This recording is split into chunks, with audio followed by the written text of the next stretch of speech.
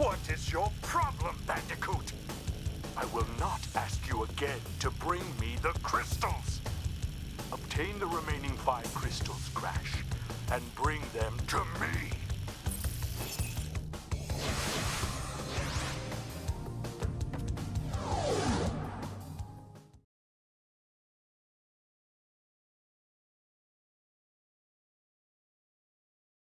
Good afternoon, Loke, Cody, and Will King. What's up?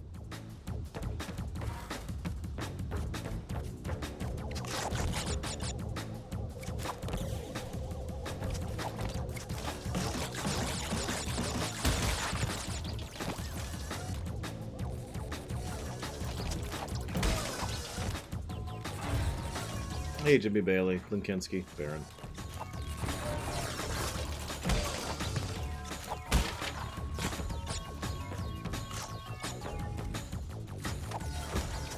Hey, Savicon. It makes you feel any better. The reason I'm late is because I suddenly got a message out of nowhere saying, hey, by the way, you need to renew your rental agreement. And I'm like, okay, no problem. I'm ready to do that right now. They weren't in the office.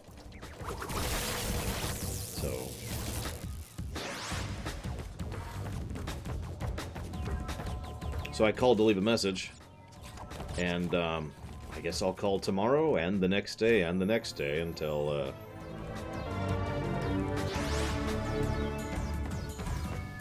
Until Raven Zero donates $80. And that will eventually get them to actually be able to renew my rental agreement.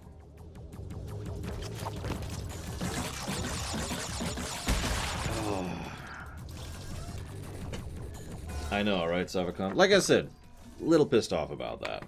By which I mean massively irritated by that. I've also got my phone right here, so in the off chance that they call back, I need to be ready to go to, answer that. And put my job on hold because they couldn't be bothered to be available when they contacted me. Honestly. Give me one moment, please.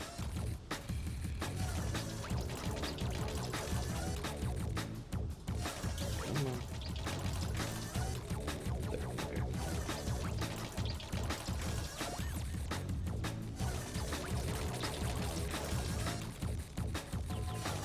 There. Okay.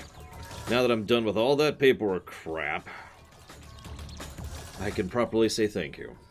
Thank you, Raven Zero. Thank you very, very much.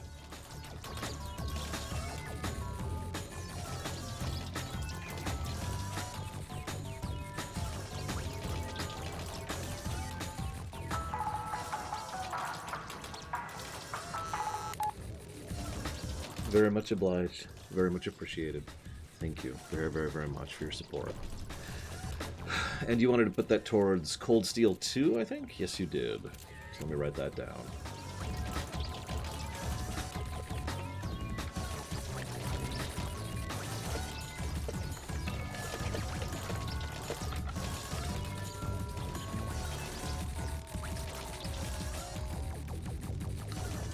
That would be funny if they called, like, right now where I just start. I'd probably just cut off the VOD if they called right now and be like, alright, we'll start the VOD in a second, guys. Oh, God. Wait. Hang on. In honor of this game over screen. There we go.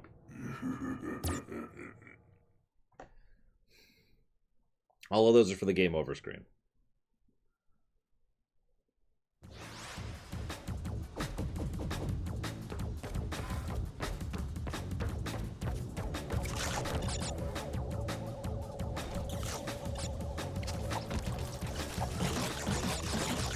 Yeah, what's really irritating is it's like, I was under the assumption that I didn't need to renew my, my little thing that I can't think of the name of, my lease, until about a month and a half from now.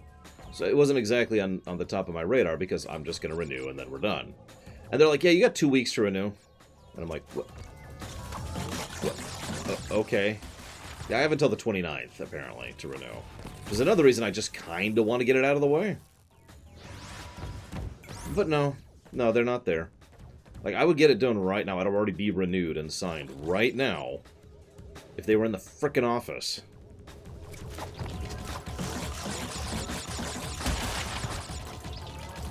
Now, the bad part is I know from experience that they have a tendency to not answer their phone, too. So, you know, that's neat.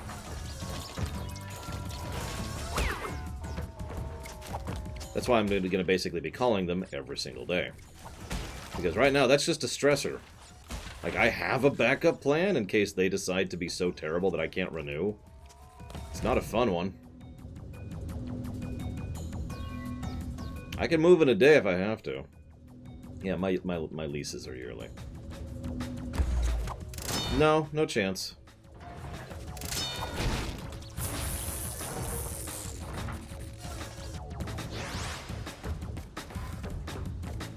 What's screwing me over is the fact that they're not there. It's such a stupid, mundane thing. If they were in the office, this would already be dealt with.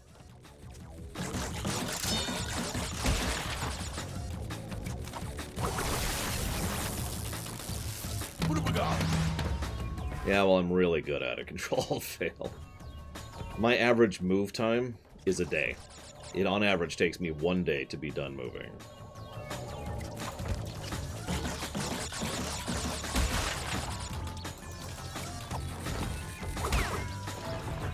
I have moved many times in my life. In fact, this will be one of the first times in a while I've lived at the same place for more than a year. Honestly, I would move if I could. But there's nowhere better, so shrug. Well, there's nowhere better that I can afford. Go ahead and correct my own statement there.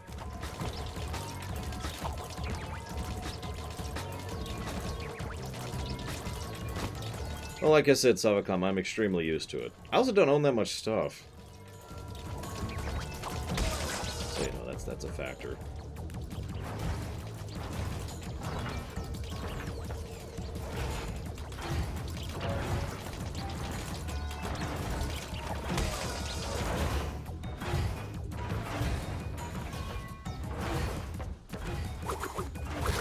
No crates of books. I have some boxes of books that have been in those boxes for years at this point.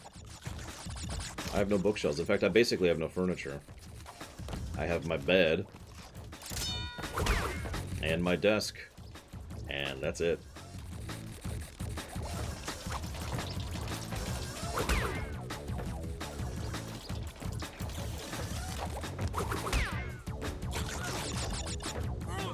No dinner table.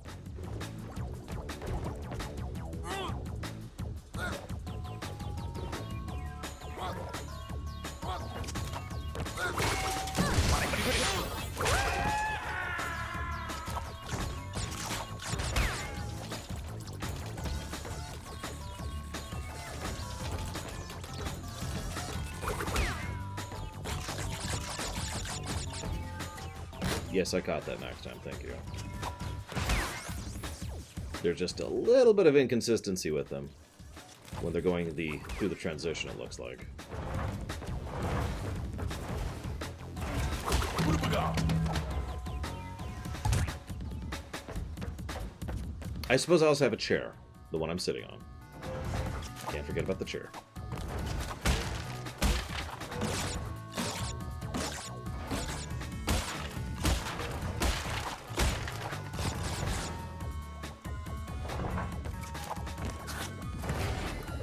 No nightstand, no. I do have more cooking stuff than I used to. So that's valid.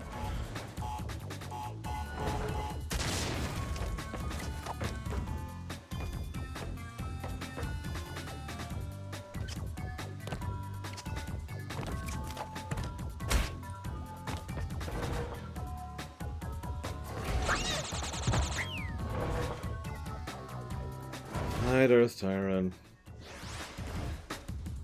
How are you?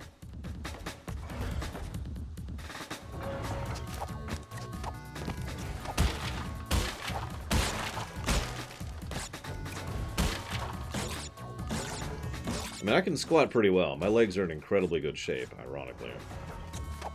But,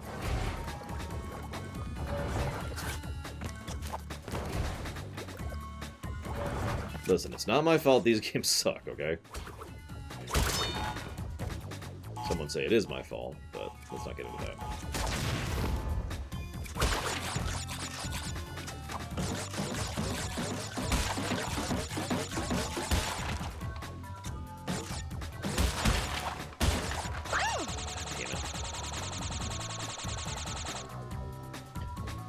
want an extra life. You know what? Fine. No lives. Screw lives. Who needs them? I don't have one.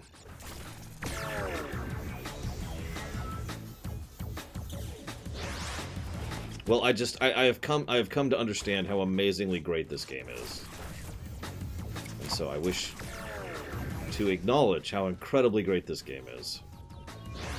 Because this game is amazing. Fantastic and perfect in every way. And the new score is to reflect just how incredibly perfect this game is.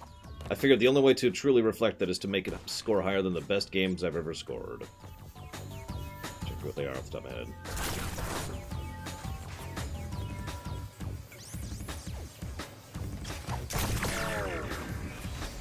What is the best gaming game I've ever scored? Hang on.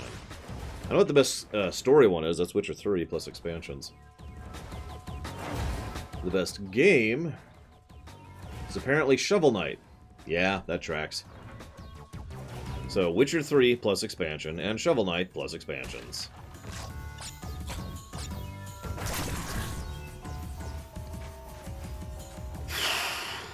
So, unlike earlier, now would be a time when I don't know what the game actually expects me to do, unless it just expects me to have incredibly precise jumping there. Or maybe the game just expects me to game over. That's entirely possible, too.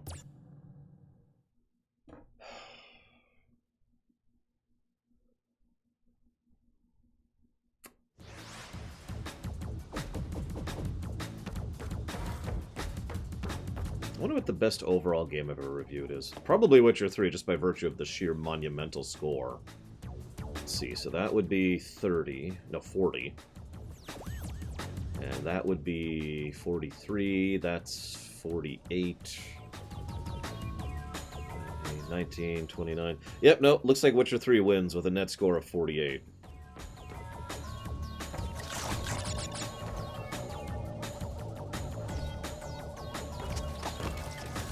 It's actually funny. I know some people would really be upset about how low that gameplay score is.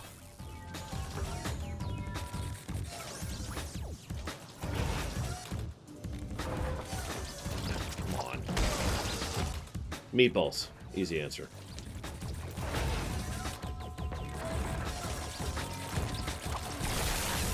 No, see, the only reason I was reviewing this game badly is because I myself am just too bad at this game and don't appreciate it for what it is.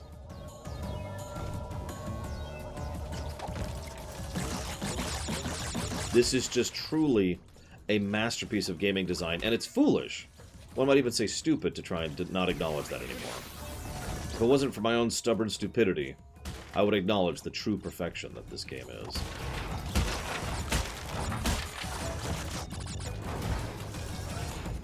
Well, I put more positives, but they won't actually show on the screen. Oh, come on! That's what I was talking about earlier. How occasionally it just seems like you just die, cuz... You know, let's just die. Let's just die. Kill me. Kill me. Kill me? There we go. Oh! No, you know what? You know what? I can put more pluses. I can put more pluses. Hang on, hang on. We have to have a game over screen first. We have to justify it. I always have to justify my pluses and minuses to you guys. So. Go here.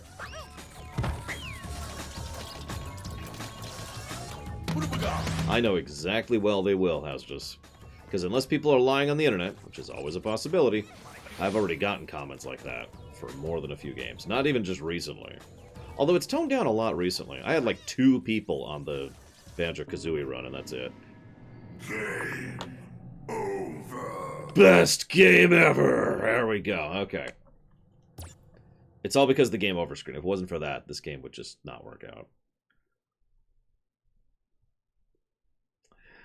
Do you mean specifically 2 or 3, J Meister? Or 1, or just the series? Help me out here. Listen, Mother Mere said, all I have to say is that this game hang on. Herpaderpadoo? There we go. This game herpaderpadoo.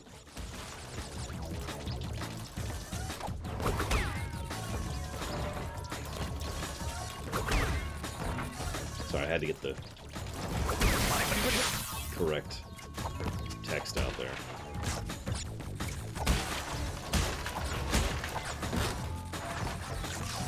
Oh, I know, Will King. There is literally no pleasing people, and I get it. I've interneted for long enough to know that this is a no-win scenario. There's no winning here. Alright, J-Meister. Ah!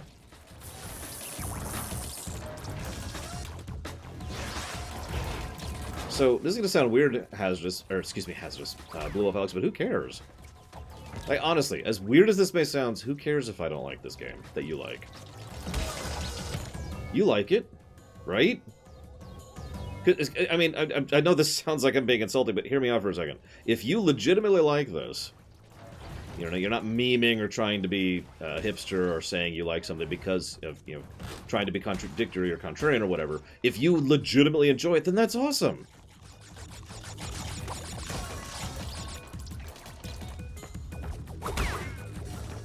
Like, that's fantastic. Do you know how much more of that we need in the world? Give you a hint, it's a lot.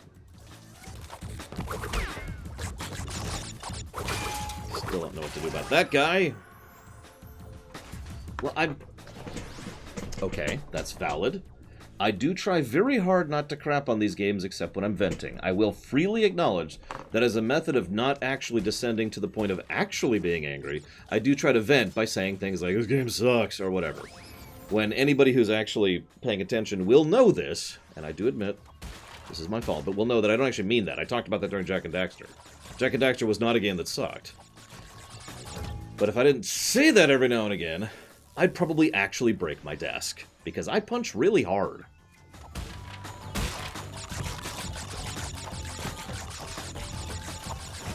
So, you're right. You're absolutely right, and I am sorry. I don't have another solution. I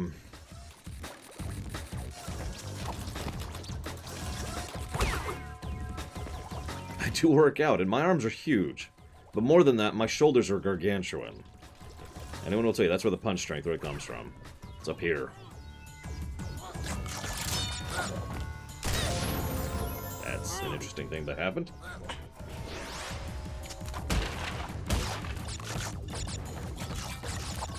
I suppose I could stop the joke here. What are we actually at? This is why I keep track over here.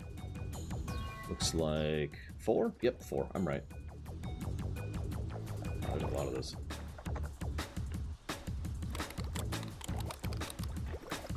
All right. Of course I didn't touch the negative. Why would I? There we go. That's where we're actually at.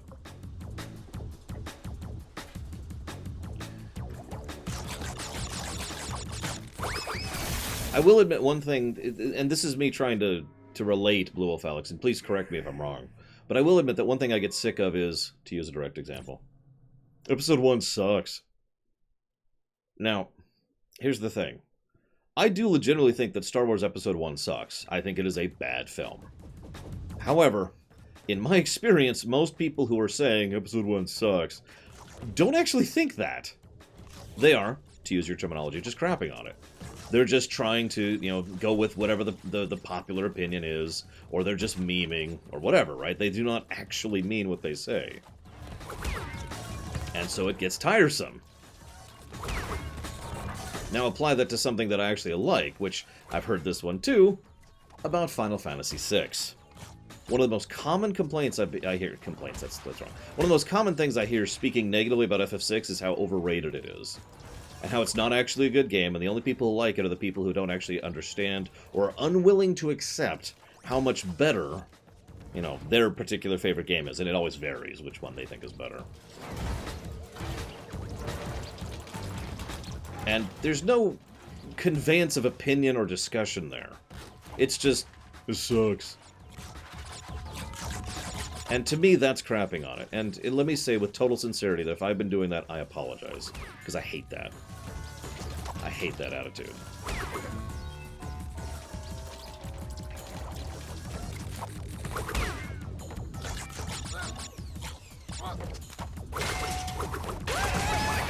Well, no, I wanted to use FF6. as an example, since my opinion of FF6 is so well known. However, you're right. I have heard that about FF7 as well. I've heard that about Mega Man. I've heard that about Mario Odyssey. I've heard that about Star Trek II: The Wrath of Khan. I've heard that about Star Trek in general.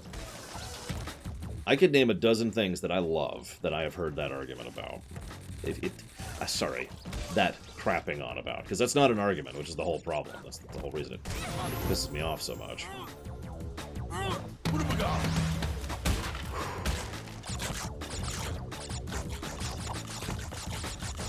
What's funny is I actually see the same thing happen in reverse. The parroting of opinion thing. What's the best Mega Man game? Mega Man 2. No, it's not. In my opinion. But Mega Man 2 is the most well-known one. It's the most popular one.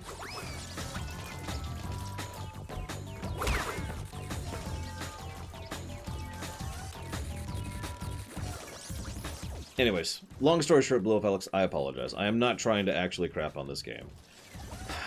I stand by my statement. This game needs an infinite lives code. I would probably be substantially less frustrated if this game had an infinite lives code. Not the most kind thing to say to a game, but I stand by it completely. Because every single time I see that game over screen, it's just, I have to bite down. You know what I mean? It's like, okay, well, that sucks. And of course, this is one of those many, many types of games where the more frustrated you get, the worse at it you get. And then worse. And then worse. And then worse. Until finally you hit that point of apathy where you finally actually start to do better. And it's like, okay, fine. Or you get lucky. You never get better at the game, you just get lucky at the game.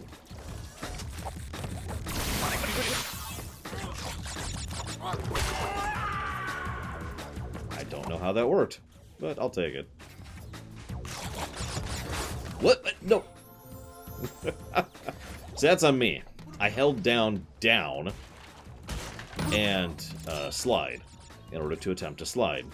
You don't have to hold down to slide, as I so expertly just demonstrated. And yes, I could have jumped on that, but I feel safer doing this. There we go. Hey, I killed it the legitimate way. It's the first time I've done that.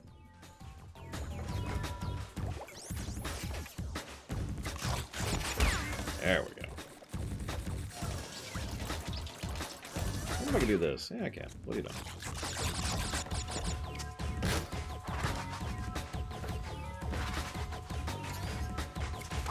One of the problems I have, personally, and this is all on me, is when I get to a point where it's been really hard to get as far as I have in a specific game, or a specific level or whatever, basically it's a lot easier for me to screw up. Because I start to freak out about, oh god, I need to not die, because if I do, I'm going to lose all this progress, and I'm going to have to start all over from the beginning. It's one of the reasons I'm so big on checkpoints in general, is because, it's the opposite of that. Looking at you, GTA. I cannot tell you how many times I've basically freaked out myself into dying in GTA 4.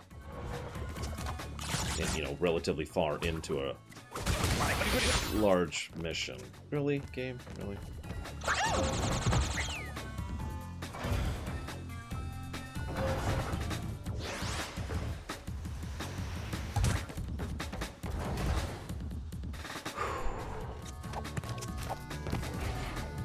That's very true, Lycon. That's also a very big thing, and I understand that completely. I completely understand being defensive because someone doesn't like something of yours. Like, I feel that exact same way. It's been a process to try and move away from that. Because most people will not bother to say, I don't really care for such and such. And here's why. No, that's not what most people say. You know what most people say? FF6 sucks. That's what most people will say. And, I mean, isn't it so incredibly logical to get defensive about that, right? Because not only do you now feel the need to defend a position that you didn't even realize you were on, but on top of that, you are now in a place where it's like, Well, what's wrong with me if I like it so much? Well, there can't be anything wrong with me. Maybe there's something wrong with them. What's your problem? Why don't you like FF6? It's a great game. It's not my fault you can't understand that. You know, that kind of thing, right? I understand that feeling. I understand that feeling completely.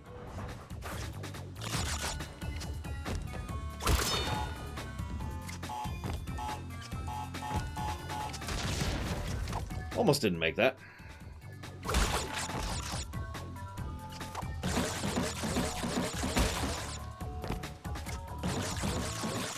Hang on, Ezratus.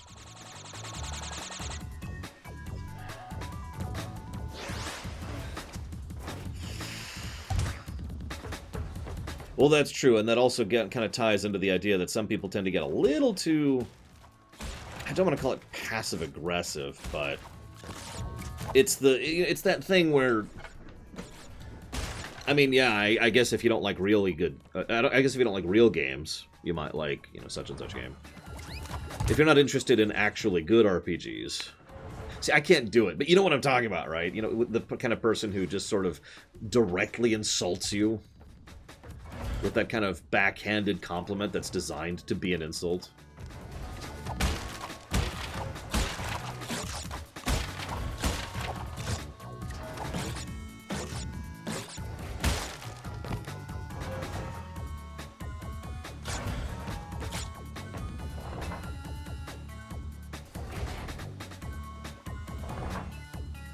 I mean, I could see that, Hazardous.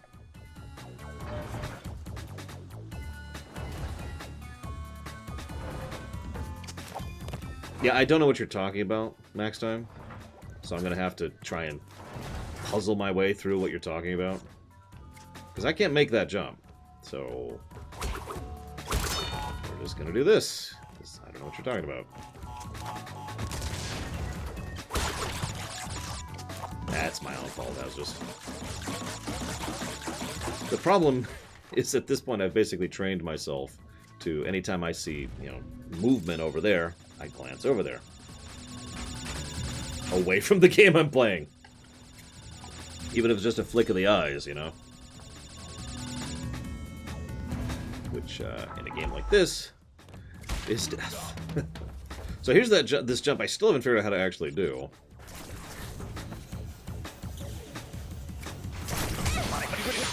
Yep, still haven't figured out how to do it.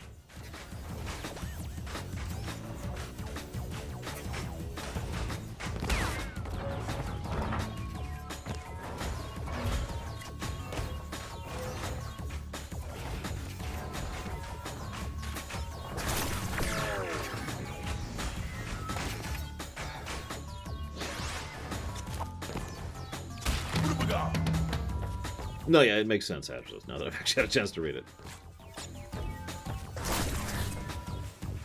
I'm just gonna accept getting hit there, I guess. That's my strategy at the moment. My strategy is have a tiki mask.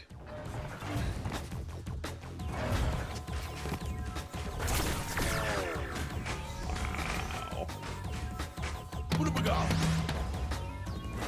Aw.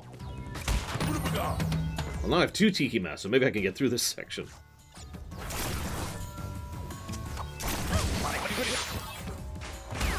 Good.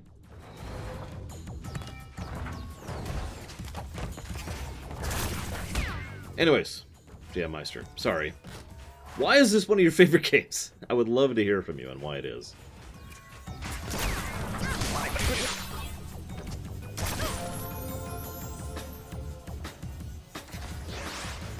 Yes, the strategy here is death to Yoshi and to the living.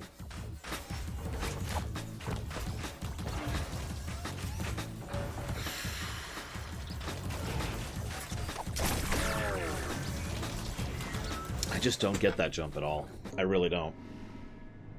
Like, it's not in my head. I don't know what the game expects from me. Is my childhood a valid answer for this being a favorite game? I guess.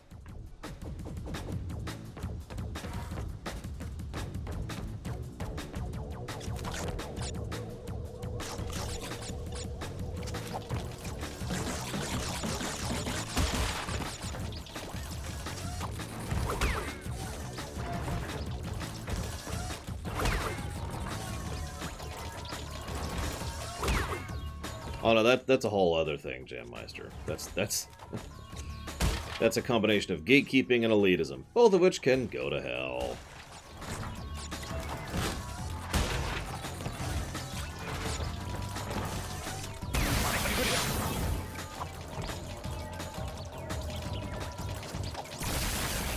Really, game? Really?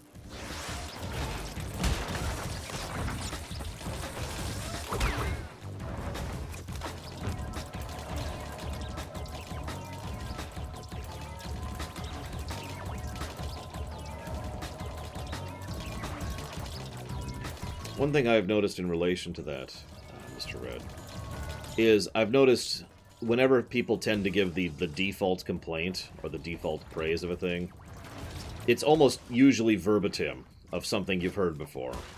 I can actually use a specific example of this. The Hobbit trilogy. I cannot tell you how many complaints I have heard, including in my own comments section about the Hobbit trilogy, that were just, yeah, sure, let's turn a short story into a full 3-movie thing. And just that exact same comment, repeated over and over and over by many different people. Almost word for word in some cases.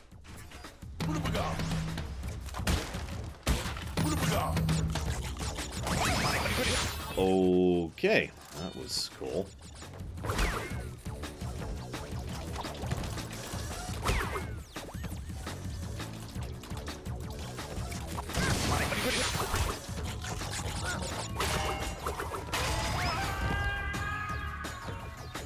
Yeah, parroting, exactly. Now don't mistake me. The Hobbit trilogy should not have been as long as it was. But you could understand why, at least from my perspective, after a while I start to drone out some of the most commonly mentioned complaints, because it's basically word for word the same complaint I've heard from 1,000 other people. And it gets harder to believe that it's sincere at a certain point. And Jammeister, I still haven't heard your answer. Objection! Oop, there we go. Objection!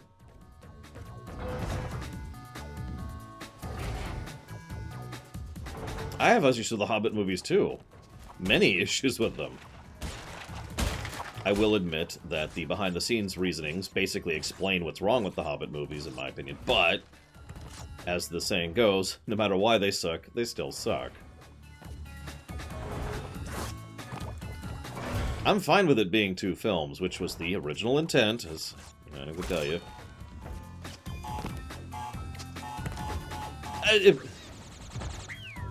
I guess this is a good time as any to point out something to Max Time I've been meaning to point out here. I asked you why this is one of your top 10 games. Oh god, there are so many, Joe Neutrino. So I talk about all of them in my ruminations, but I know you don't want to watch a 2-hour video, so to try and summarize, so pretty much right after... Oh, it depends, Hazardous. But honestly, I would be less inclined to believe them if 1,000 people told me the exact same reason, yeah. Especially if it's something where... No, not you. So, okay, Max Time, you said all I have to do is go around the blocks. So allow me to demonstrate going around the blocks. This is what I meant to say to Max Time. Hey, look, not possible. Okay, now that we've gotten that out of the way, Jammeister.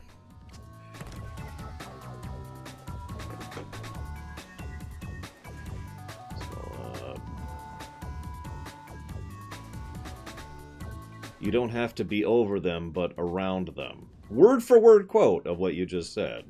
Word for word. Those crates that don't destroy are iron crates. By jumping and crouching, you slam into the ground. And you don't have to be over them, but around them. That is exactly what you said. Word for word. And chill on the caps. Now, I still have no idea what you're talking about. I'm just going to go ahead and do it the way I've been doing it.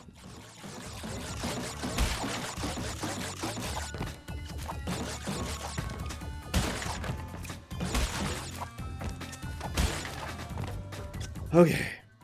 Anyways, Jammeister, what I was asking is why this is one of your top 10 games. Okay, physics. Hitboxers are better. Yeah. Clancy Brown. Yeah, it's a shame we don't have Clancy Brown. That really sucks, because Clancy Brown is awesome. And...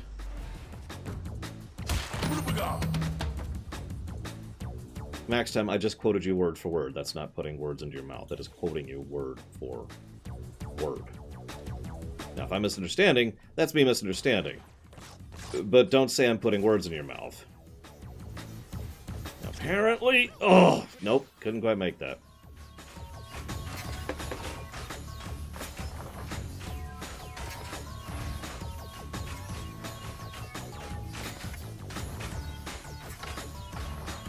Since you apparently don't believe me, I'll just paste your own messages here back to you. There you go. There you go. Word for word quote.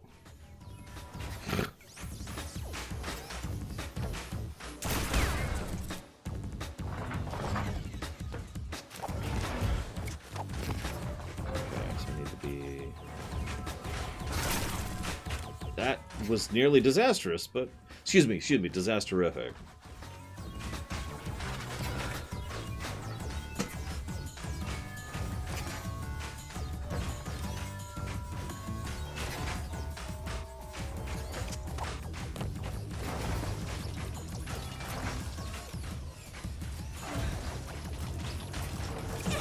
Nope. I have no idea how to do that jump. Whatever. Whatever. I give up. I had a tiki hat. That's how I did that jump.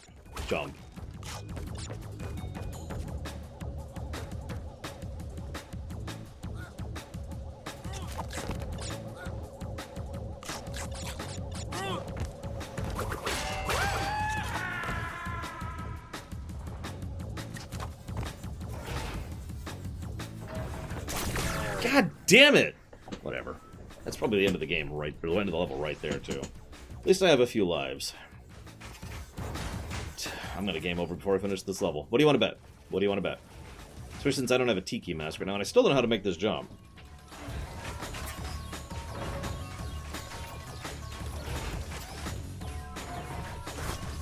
Nope.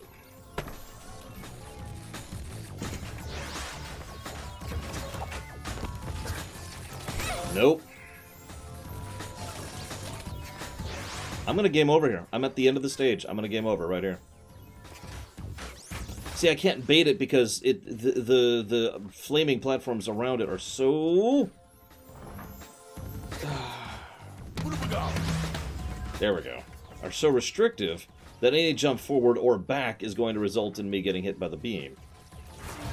I'm just gonna take the hit, because I don't know how else to do that. Nah, there's no mid-air slide. There's the jump. That's what you do if you try to mid-air slide.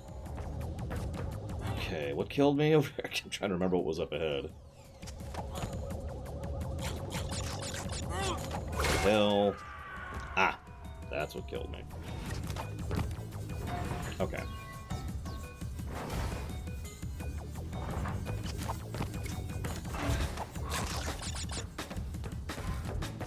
I apologize for misunderstanding you, Max Time. I still don't get what you meant.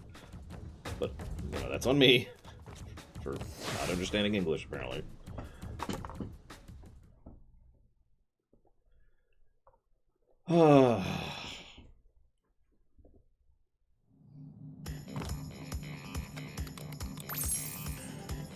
Did she just pull this crystal out of her laptop? Whatever. Now we have to do the other nightmarishly, hideously insane, evil Death Doom levels.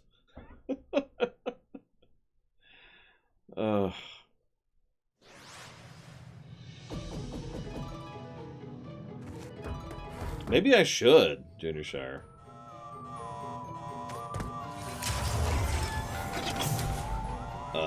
What? Oh my god. Oh my god. Okay, hang on. Oh my god. That is squirrely as hell. Ugh. Oh my god. And we're dead. Bragwin, did you have, you got a request to join Discord off while we were during the break. Did you see that? I've never played these games before, Renegade. So, this is all new to me. Awesome. Thank you, Bragwin. Damn it, I just got finished done talking about why I don't want to give this game negatives. Or any game, really.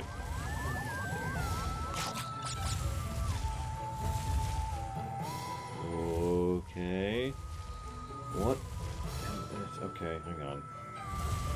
Oh my god, this is amazingly counterintuitive. To me. And we're dead. I'm not actually sure what killed me, but I'm guessing it was the tentacle.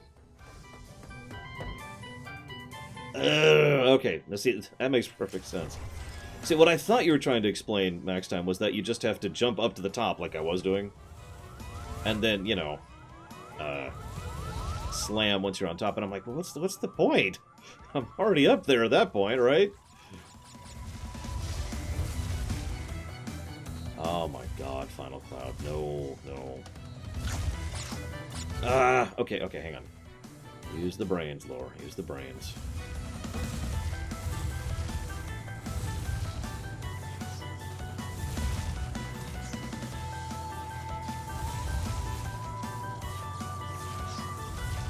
I know you don't have any brains, Lore. Use what little you got.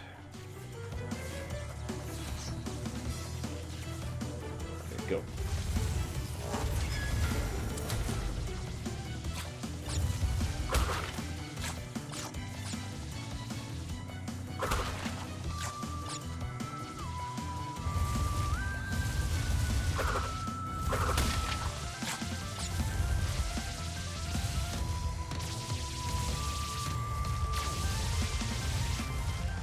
I will also say, it would be very difficult for me to name a game that I love. Not even games I like, but even amongst games that I love, that does not have something that doesn't piss me off. You know what I mean? Like, I cannot think of a game, well, I could probably think of like one maybe, but that I love that does not piss me off. Or has like that one section where it's like, ugh, and I put up with that section because I love the rest of the game. No!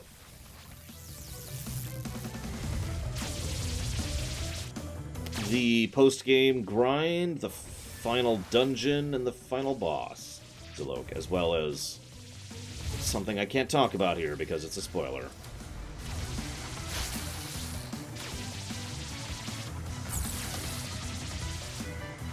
You have to name a specific one, Final Cloud.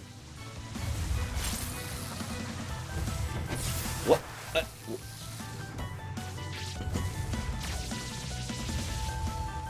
What's wrong with Portal? Aside from getting stuck for long periods of time. There's also the fact that some of the puzzles and the physics engine gets very Half-Life-y regularly. What pisses me off in Mega Man 9? I've only actually played Mega Man 9 once, so I can't really comment on that one. Mega Man 2? Crash Man stage. Also, Wily 2. Or is it Wily 3? It's Wily 3, I'm sorry. Yeah, KOTOR? The Starforge. Most of the outro of KOTOR is kind of plain and bad. And oh my god!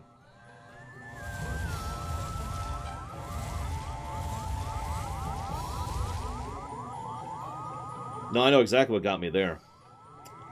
What got me there is I pressed up to go forward, which is something I've done about 8 or 9 times so far. That's what got me there.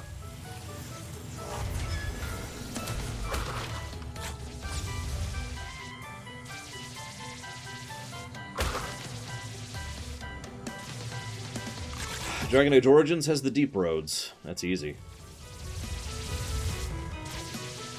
Long, boring, slow slog. No thank you. Fade doesn't bother me that much with a mod. Without a mod, there's the fade. Although I believe there's actually a graphics option to make that less literally headache-inducing. I think it's actually been a while since I've done that. Devil May Cry 5? Oh, don't get me started on DMC 5. Celeste?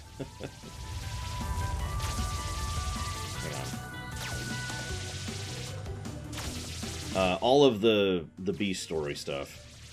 What in Skyrim pisses me off? Everything. Also, I don't love Skyrim. FF6? Random encounters. There's a reason I beeline for Moogle Charm every time I see it. Shovel Knight.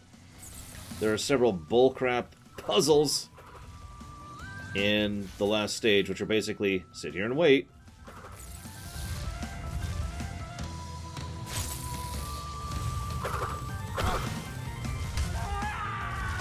He deserved that. Mass Effect 2.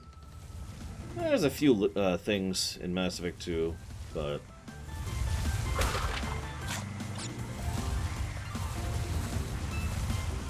But I'd say the biggest would be the planetary scanning minigame and the nature of how mandatory it is. Of course you follow me. They all do. Now, the thing that irritates me the most about is Lartec. The best outro to a game I've ever played? Oh, geez, I don't know. I'd have to think about it. There's some really good outros out there. Thank you very much, Lartec. Very much appreciated and obliged, sir. Thank you. I will put that towards KOTOR 2. I shouldn't have to name the irritating parts of KOTOR 2.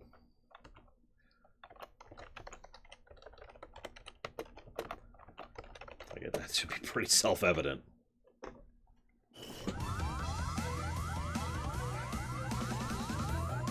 I like random encounters when there's less of them. Although I prefer no random encounters if I have a choice, I'll freely admit that.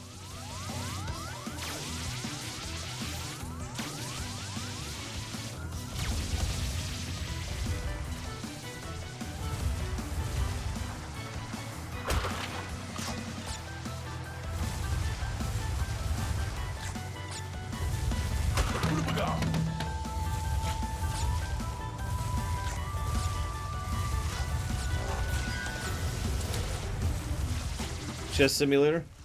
Not enough gimmicks and mechanics to make it more interesting other than just being a chess game. I already answered that one, Cord. Random encounter rate. That is fair, Blue of Alex. I'm not much of a grinder. Actually pretty anti-grind. Nope, wrong button, wrong button! We recovered, we recovered.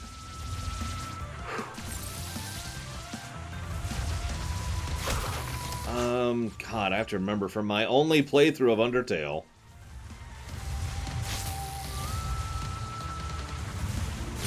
I can't list what irritates me in Undertale. It's a spoiler.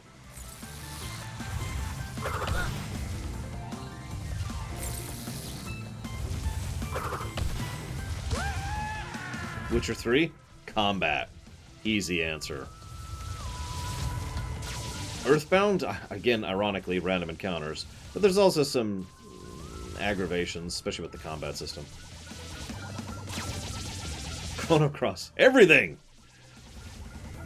Actually, someone asked me recently, like, no memeing, what is it you dislike about Chrono Cross? And my answer was the characters, the music, the graphics, the plot, and the combat, and the leveling.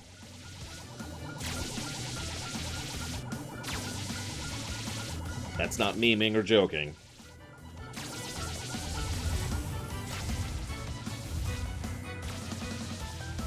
I'm not a fan of Chrono Cross. The most irritating part about Anthem... Alright, you want to pick out the most irritating part about Anthem. It'd be the fact that I had to resize the window manually every time I restarted it, because it didn't know how to save resolution settings.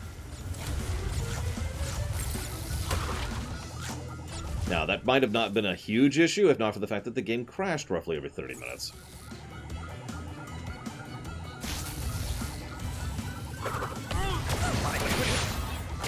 Screw it. Go for it.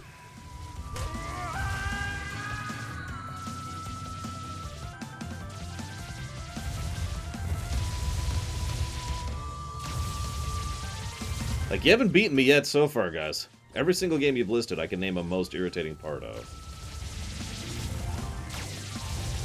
Yeah, I know a lot of people are very fond of Mitsuda's music. I get a lot of flack for not liking his musical style. The brevity and lack of relevance to the story, Lord Garamond. Also, the last boss is way too HP spongy. Most irritating part of All the Bravest is the fact that it exists. Most irritating part about Mario Odyssey is those stupid moons that were kind of RNG. Remember the volleyball one?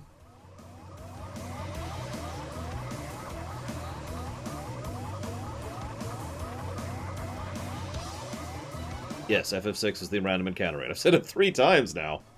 People keep asking about... I don't love Mario Kart 64, so I can't comment on that one. Most irritating part about Oblivion... Oh my god, I can't believe I did that. I barely remember Tower of Time. Which one was that one? I said games I love, Cord.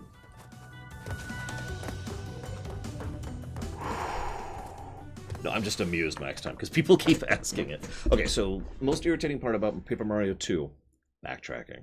There are several instances of aggravating backtracking. Most irritating part about Dragon Quest Builders 2, spoilers. Most irritating part about Oblivion, leveling and everything attached thereto.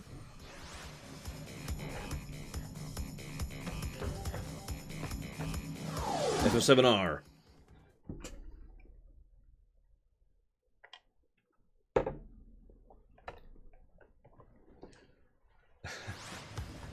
Yeah, the fact that there's going to be more jetpack levels does not enthuse me, I will admit. Breath of the Wild? That's easy. I mean, come on, give me a hard one. Durability and the usage thereof. Let's see. Wait, come back, please? Please? Doom Eternal is not a game I loved. However, I'd say the most irritating thing about Doom Eternal is the Crusaders and fighting them. The most irritating thing about Mario World is something I'm going to eat my words on when we get back there, but it's too easy.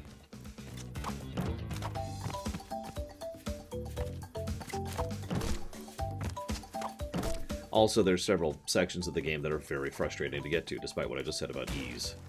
Par exemple, trying to get to... There's this one secret... Oh god, I'm trying to remember what it is. You have to fly under a goalpost, and then manage to get back up enough to get to a second goalpost. And by god, I suck at the cape. I didn't say I didn't like Doom Eternal, I said I didn't love Doom Eternal. Pay attention.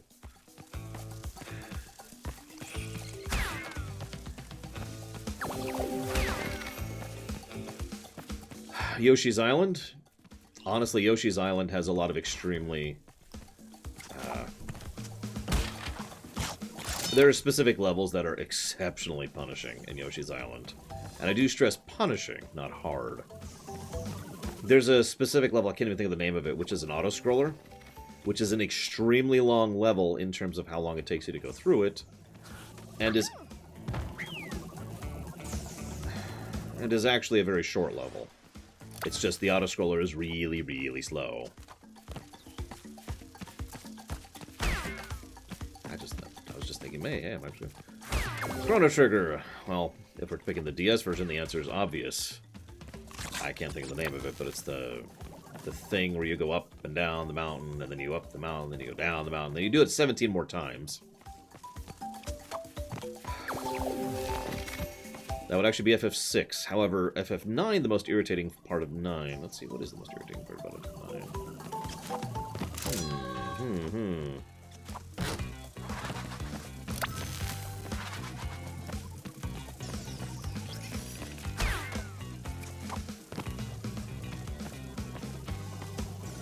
Yeah, honestly, I'm gonna go with the slowness. I think that's really the thing. I already said Mega Man 2, however, to reiterate it, it's both Crash Man and Wily 3. What's the RPG I liked the most? That would probably be Divinity Original Sin 2. And the part I dislike about that the most would be how that one twit lied to me! And I'm gonna kill her. Oh yeah, she's dead.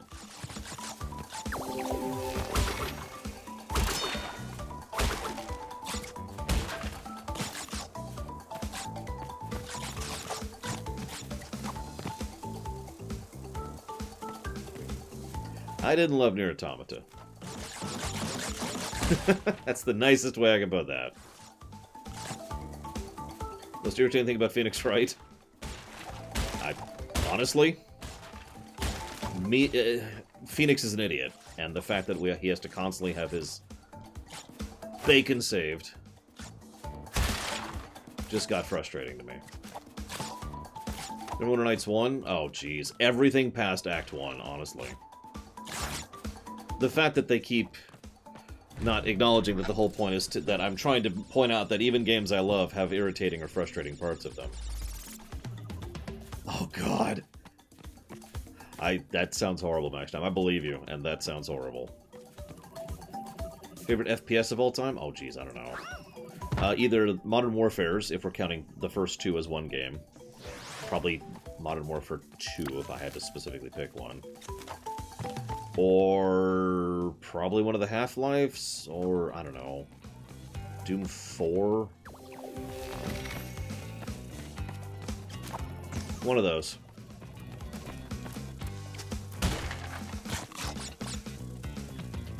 Yeah, I don't like Nier Automata, sorry guys. I've never been quiet about that. Not my thing. Little too out there, little too weird. Not my thing.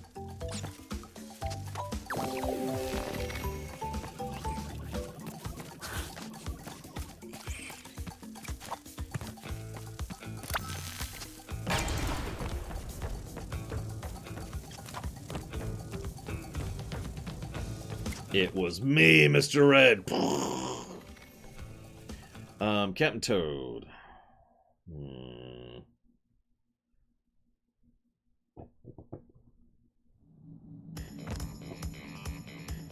The fact that I feel like I can't play the game without a walkthrough right next to me, because I want to get everything.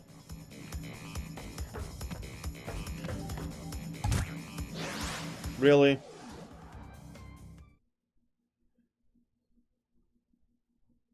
Suikoden 1, I don't love. Suikoden 2, I don't remember it well enough to say if I love it or not, but I don't think I love it. Walking Dead? Nope. Wolf Among Us? Nope. Jetpack levels. That's my least favorite part about Wolf Among Us. Right. I thought I answered Stardew Valley. It's the mines, or rather, it's actually more complicated than that. But basically, at a certain point in progression in that game, the mines become a thing that you kind of run into a wall on, and have to essentially devote an entire day, and then some, in order to get through. Most non-spoiler irritating thing about Mask of Betrayer. The entirety of the co-op, which is bugged to crap. As I talked about, we had to literally use console commands to make the game playable. Most irritating thing about FF16 is that one part where Pteranons actually decides that for some reason he's got to do the next level all by himself just to prove himself. And I'm like, look, I know you're all sad that your sister died, but you don't... Do I have to do this solo section? They could have at least balanced the level so they actually were meant for single encounters, but no. Instead, they're all four-man encounters with a one-man team. It's terrible. Secret of Mana? Everything. Secret of Mana is not that good of a game. I'm spoiled for choice there. I could go with the inconsistent hitboxes or the inconsistent balancing or the fact that melee kind of sucks unless you're doing it in a very specific way, and even then it still sucks.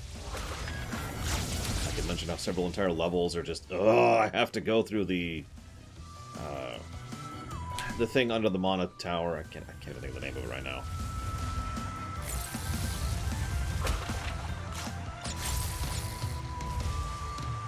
Dull nothing, Final Thought. That wouldn't even surprise me. I actually, I had mentioned Celeste earlier. Several of the really hard stuff, like the B-side stuff, is astonishingly frustrating.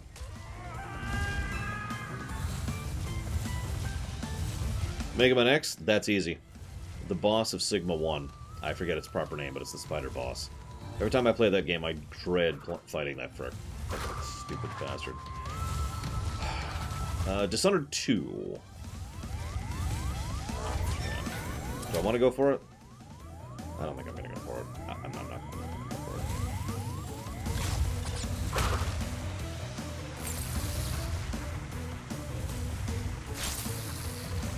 it. I have now, max time. I have 99% at Celeste, as I've already mentioned, on my Switch. I can literally prove it by pulling up the save. But, yeah. Ugh. Civ 5. The fact that Civ 5 is not on the Switch, where I could play it happily for the rest of my days. Also, lack of proper scenario support, which means every map basically devolves to the same thing after a certain point.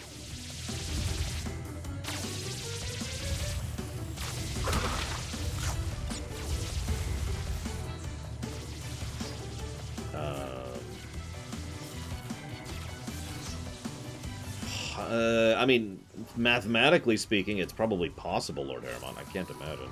Actually, I did like Civ 6, which is on the Switch, and it's actually a good port on the Switch. Holy crap.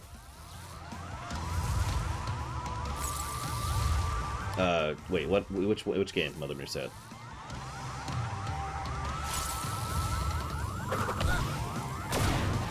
I didn't realize I was past them. Yes, 100% absolutely, Potato. I have never regretted that SSD. I put it in there for FF15, and it's been useful for every game I've streamed since.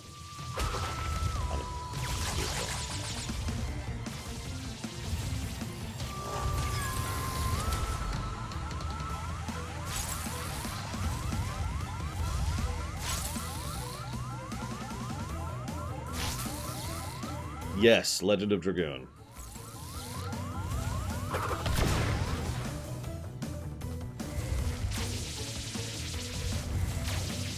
Also Banjo-Tooie, Crash 3, basically any older game that's beloved.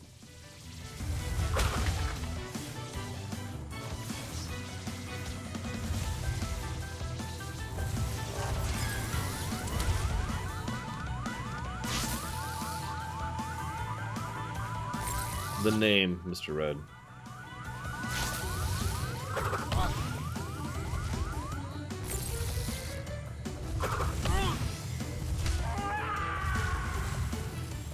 Fallout 2, everything about the combat and HUD and interface. There's no Dragon Quest 69. He's joking. Oh yeah, pathing. Yeah. Ask me my most irritating part about StarCraft. The pathing, or the pathfinding.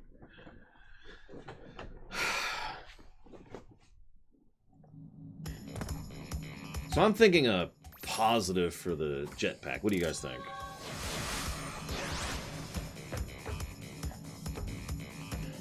I already said Witcher 3. Also the combat, by the way. No, I am absolutely kidding. That is amazingly unintuitive. I don't know how I just muscled through that. What have we got?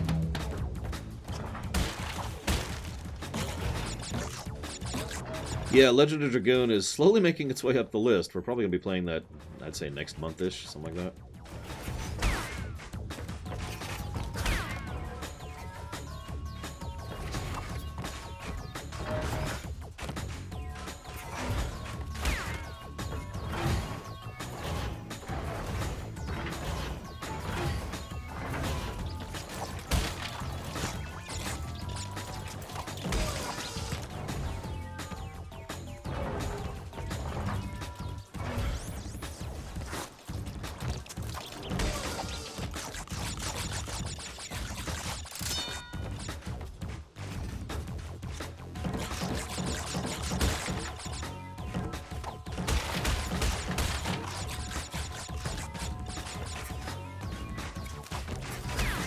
Not really, Cody.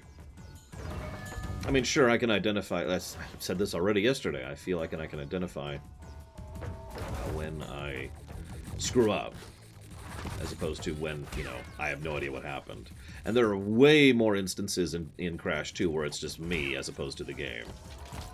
Like, Crash 1 was just a cavalcade of, why did I die there?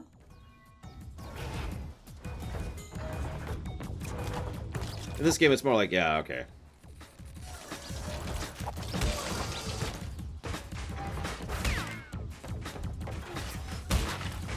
Most annoying but frequent mechanic. I suppose the obvious and easy answer would be grinding.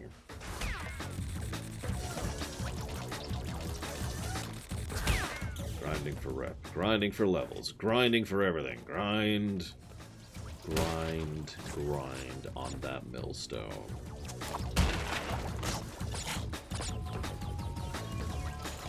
All of them, Mr. Red.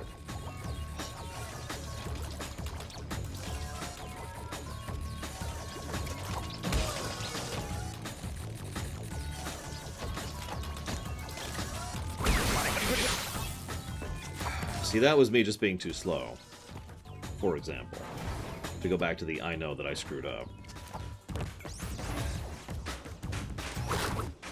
Yeah, padding in general, I would actually agree with that.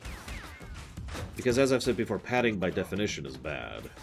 Now, it's also worth noting that padding, or rather the definition of padding, is going to vary from person to person. Where is it? Where is it? Ah, there it is. God. You can tell I'm really zoning in on the level at this point. I was looking at, like, up ahead where the two dudes were here, and I was like, okay, I need to hit this guy, and I need to try and make sure I hit the second guy at the same time as the first guy.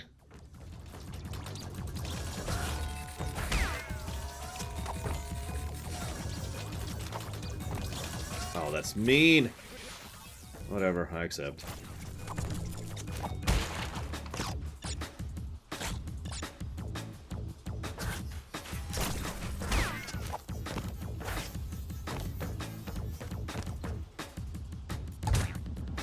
One disco, and it's this one right here.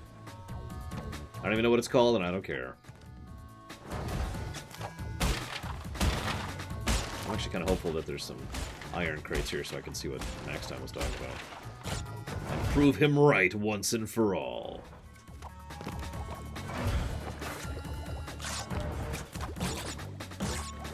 I suppose I could tie shoelaces too. So, whatever that is, I could also do that. Thank you for watching my show, Logue. I don't know why you do, but I appreciate it.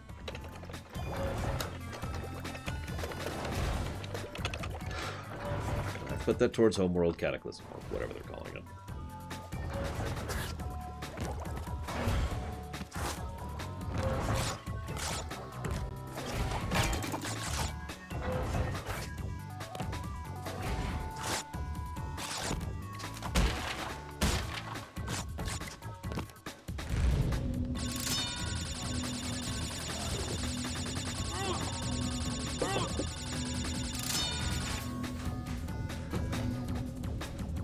Yeah, I think padding will be my answer for that.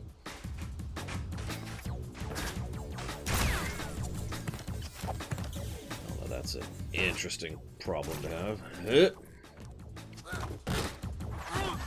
Go away. Go away. Suffer and die. Ever pathetic. Ever fools. Don't let me forget Max Time, because I want to see it for myself. I mean, obviously I believe you. It's just...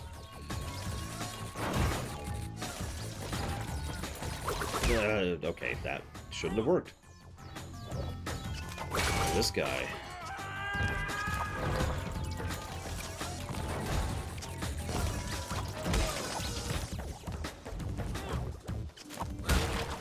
Best mechanic I can think of that very few games showcase. Properly designed trash encounters, which I think we can name, what, 4 games that do that? Dragon Quest XI, Pokemon, and I don't remember the other one.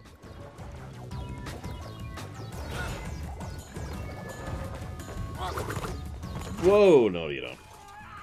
You get to die horribly.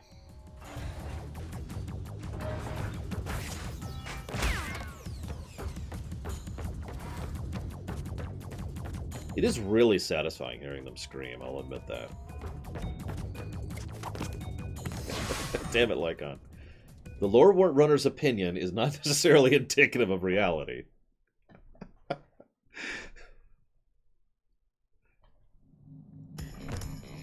Excuse me. Oh.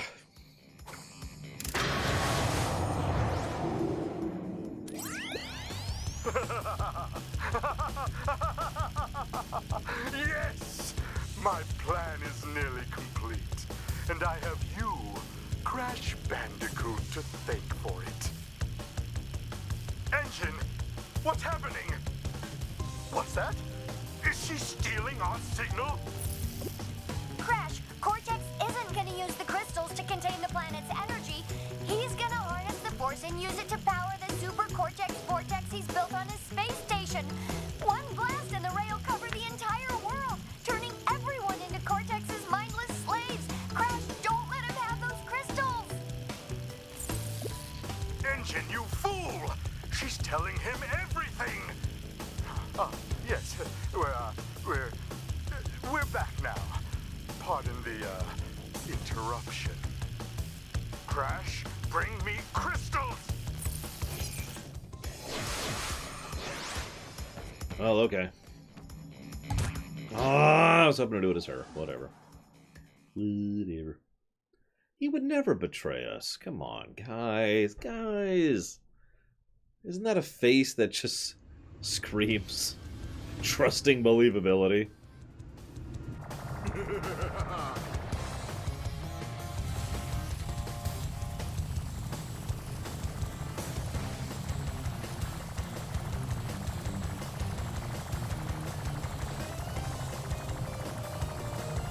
There we go.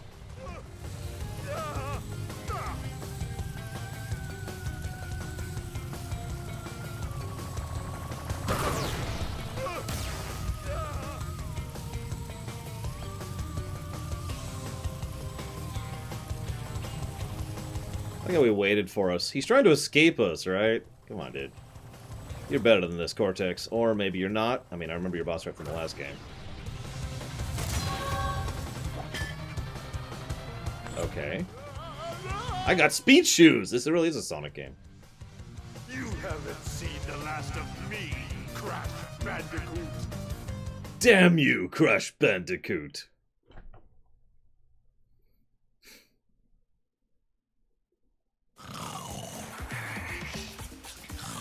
Crash, what do you suppose happened to Cortex? And what about the Cortex Vortex?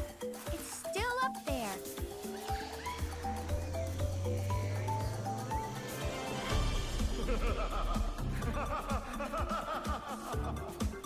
Oh, I believe you, Max Time. And the end.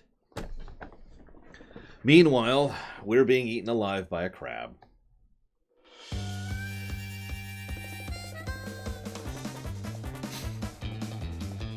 Like, you think being eaten alive is bad. Imagine being eaten alive by a crab.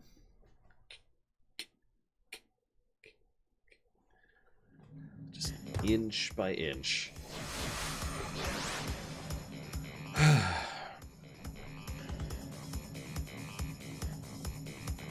I am going to give a negative for the jetpack section. I've actually been debating it. The problem is the controls really are not what I would call good. And that's the negative, really.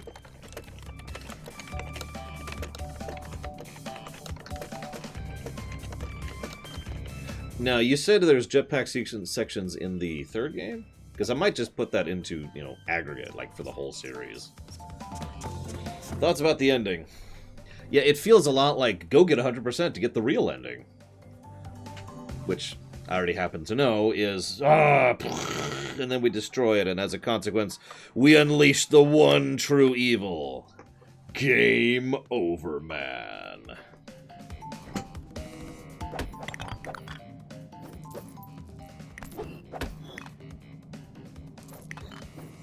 I've already forgotten his name, but you know the guy.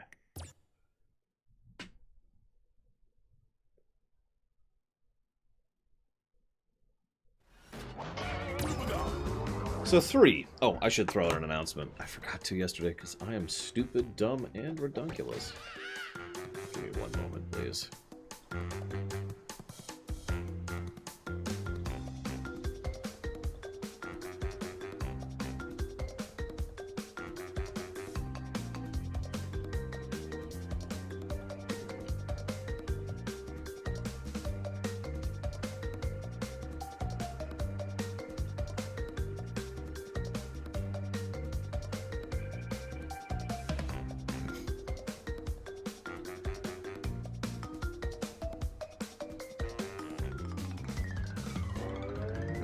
Oh, here it is.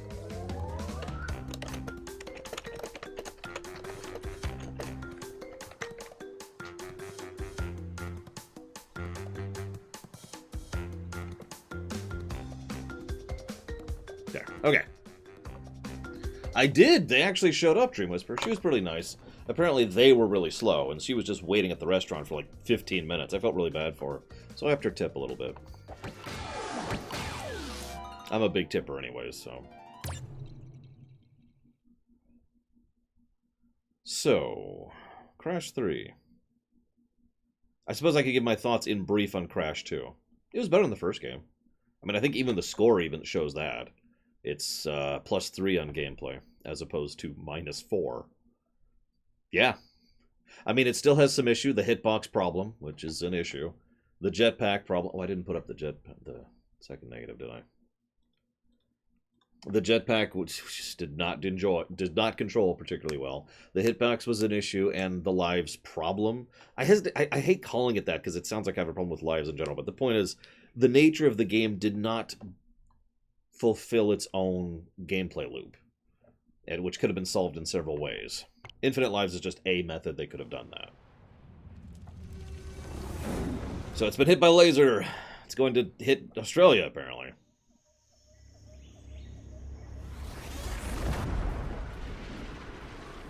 I didn't know Incan ruins were in Australia. Free at last. And now pure evil has been unleashed.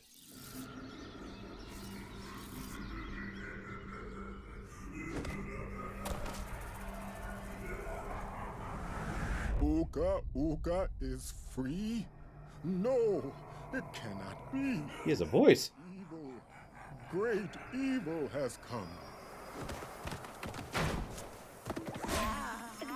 Can I play the game with that mode on from the very beginning without having to beat it first? Failed the great Uka Uka even once. But you, Cortex, you have failed me twice. Great Uka Uka! It was that infernal Bandicoot! From deep inside my deadly prison, I sent you simple instructions to follow. But you lost the gems, you lost the crystals, and I have lost my patience. There is now no other power source left on this planet. I know we've had a few unfortunate setbacks. And failed. But since your bumbling has managed to set me free, I am feeling generous. There is still a way to amass the power needed to enslave this miserable planet. And this time, the great Uka Uka will make sure that you do it right. After many eons, my evil twin brother, Uka Uka, has been freed from his underground prison. Long ago, I locked him there to protect the world from his malice. Now, free once again, he must be stopped.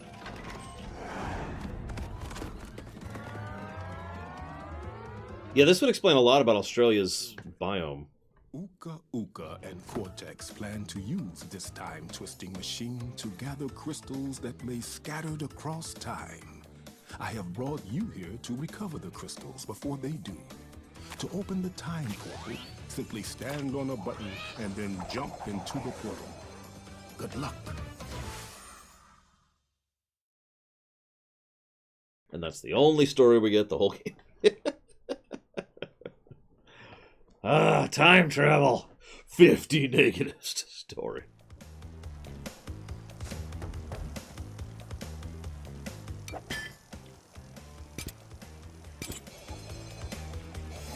Let's play the real character. There we go.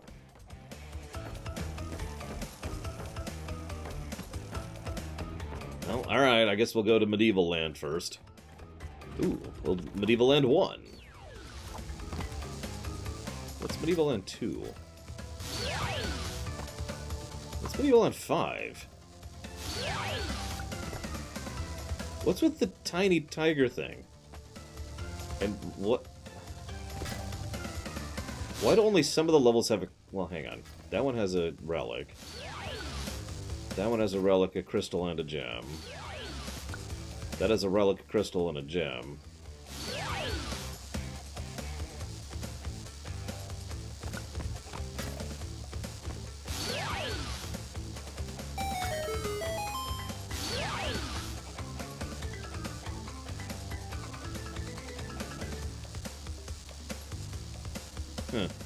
Thank you very much, Mr. Floyd Pinkerton. Very much appreciated and obliged, sir. Thank you. I must put it towards BioShock. I can't stop myself.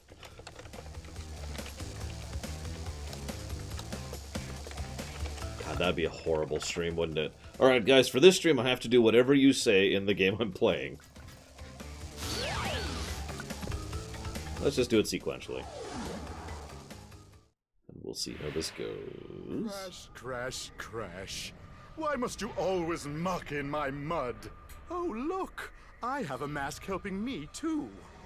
We will find out which one is more powerful soon enough.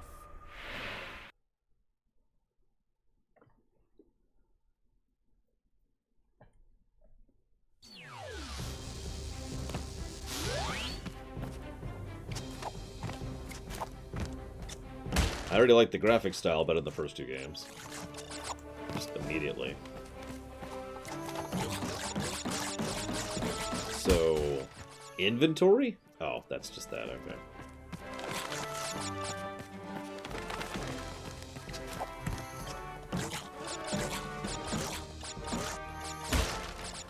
That's because our rivalry gives him strength, Gremmerin. It's a Mega Man reference. I'm just going to give that away there. Are they doing something different with the lighting in this stage?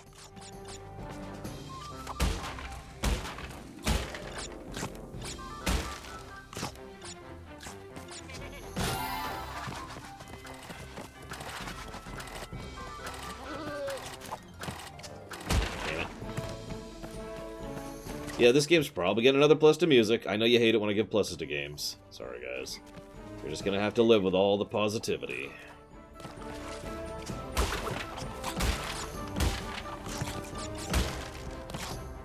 Obviously, we can't judge that yet, because we're not there yet.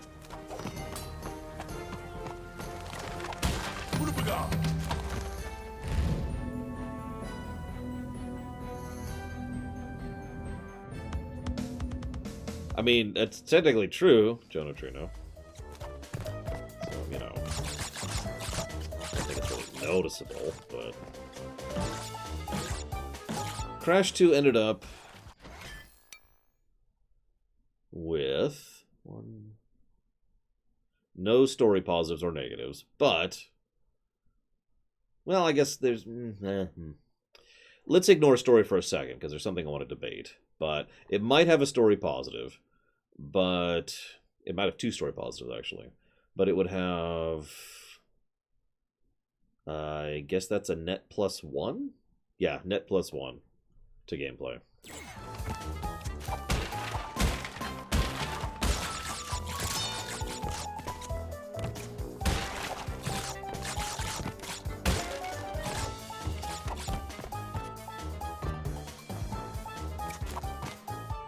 Listen, Cortex is a master of deception. No one could have ever possibly... His machinations lay undetected for years.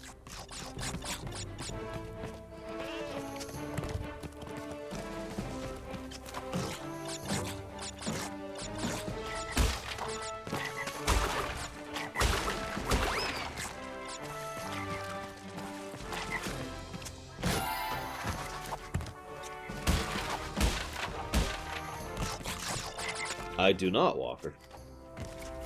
When you say gear, what do you mean exactly?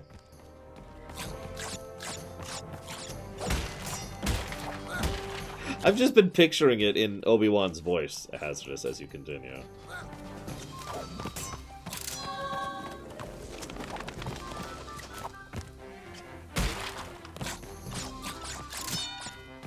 My PC is a Monster Death Doom machine, which I'm actually going to upgrade later this year, probably, to be an even more Monster Death Doom.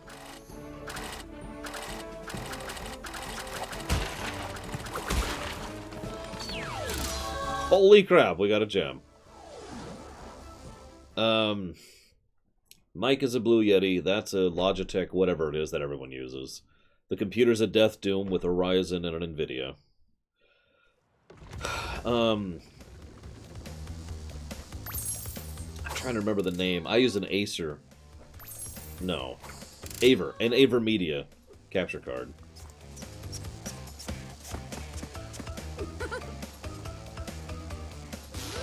Okay, so now... See, that's what I thought. So there's gems in each state. Interesting, okay. Actually, yes, it is Crazy Norse. So when I drop probably about $3,000 on the new rig, that is going to be a tax deduction. How do you get the relic? I'm just curious. Oh, time trials. Whoops, wrong button. 103, huh?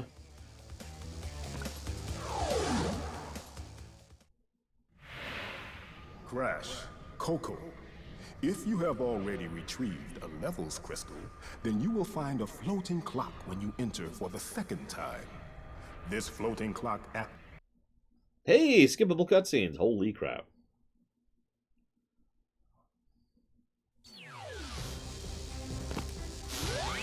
Okay, 103. Let's do this.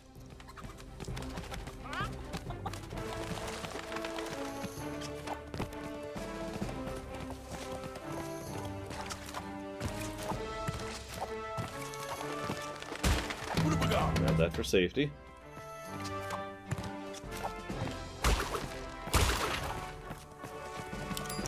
Huh. Sorry, I hit that right as I saw you saying that, Max time. I noticed them last time, I just wasn't really focused on getting those at the time.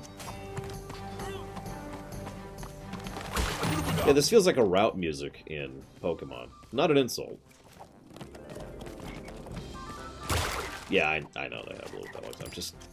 Usually it's like boss stuff. Like, here's the boss again, and he can skip.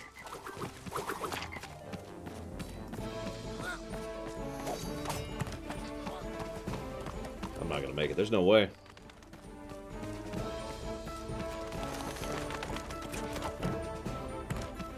Nope. And fail.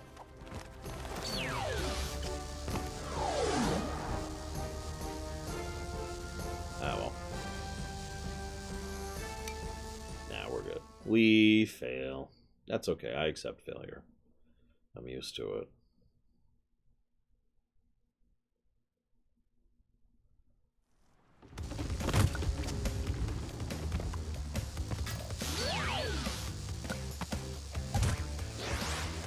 What?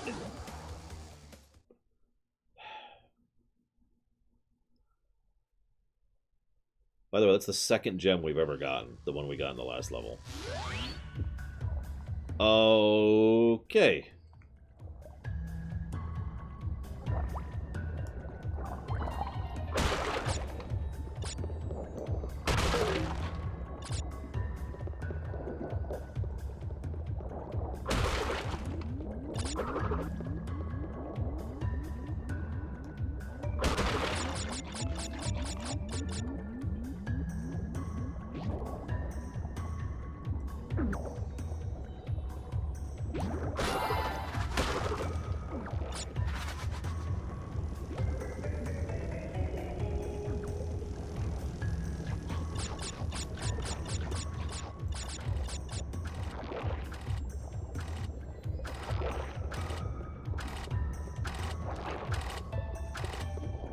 Is that a Bowie song?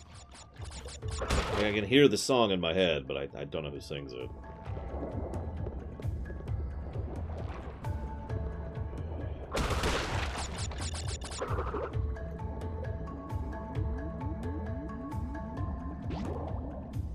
Probably because she's better in every way, Crazy Norse. It's not a big deal, really. I think Crash is just kind of there and kind of dumb. He's got a big floppy thing and he's just kind of... I don't know. I don't care for him. So, by virtue of not disliking her, she's better. Also, if I'm being so bold, I like her animation set better. Whoa.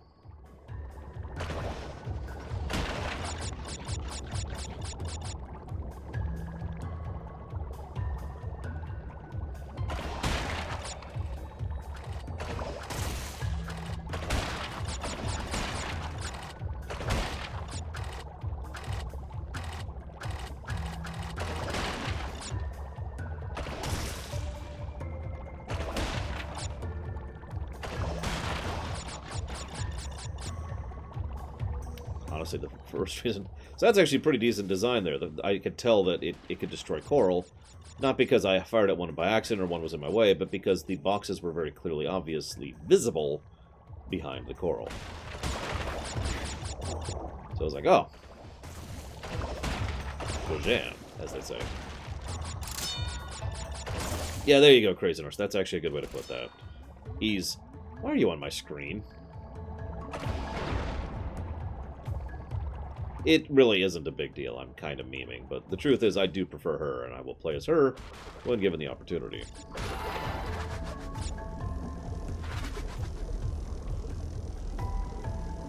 Here's hoping we can fight the final boss of the next game with just her. Spoilers, we probably can't.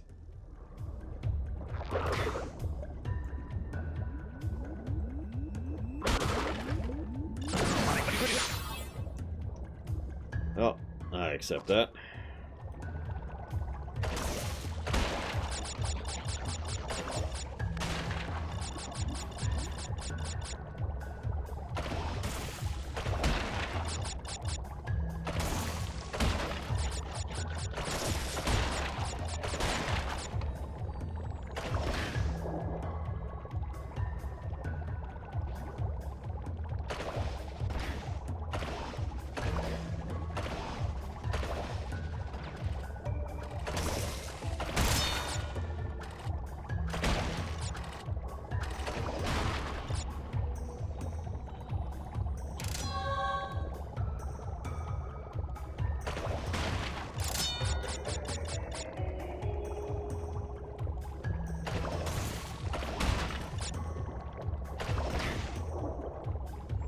Aw, I missed one crate somewhere. Whatever. I tried. We're officially going to stop trying. I missed one crate. Probably one of the ones in the coral that I just missed. Whatever. Proof that I'm a terrible gamer right there.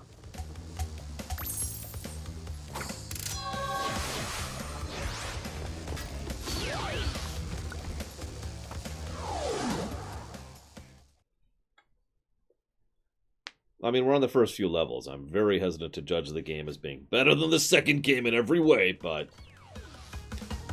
you know.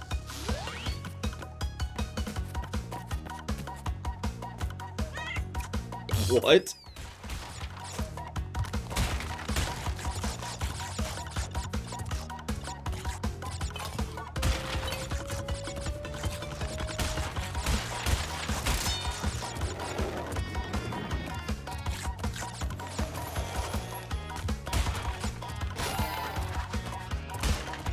Right, I just said I was going to stop trying to get all the crates. I should stop trying to get all the crates.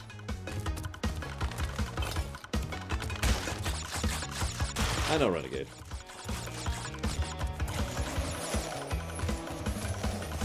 I'm not so confident in my platforming skills to boost through a level I've never played for. Played through, excuse me.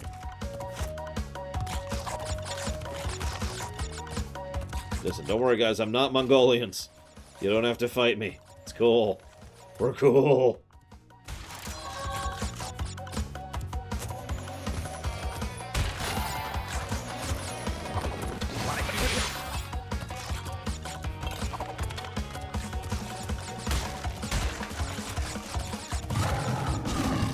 Aww.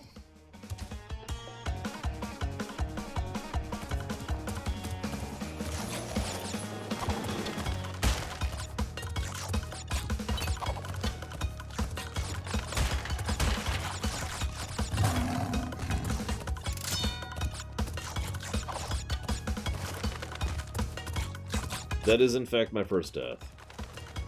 See, I boost and I die. Renegade's trying to get me killed.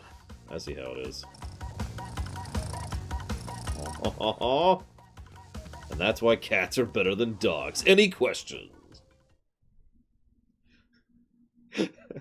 That's true, Crazy Norse. So does this make us... oh god, what joke could I go for there? Let's leave it by. Let's see what it is.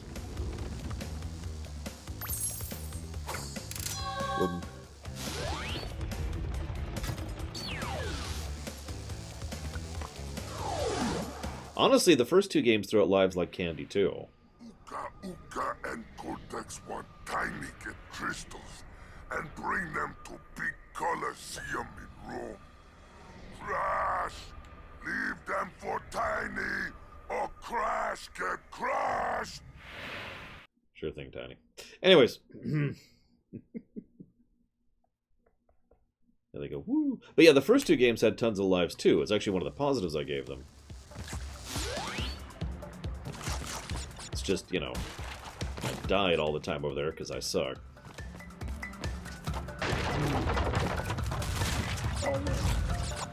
Huh. I thought we were in the medieval era, not, you know, Dino Land.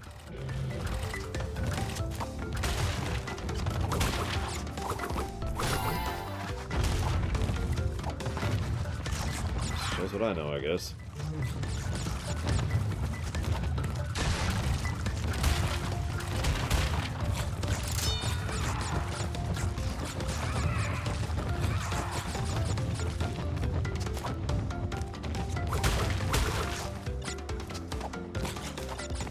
I thought he was immediately going to start chasing me. Apparently I was wrong. Whatever. I accept being incredibly wrong. Well, that is what I've been taught by Jurassic Park. And that's why all the Jurassic Park games are pure gold.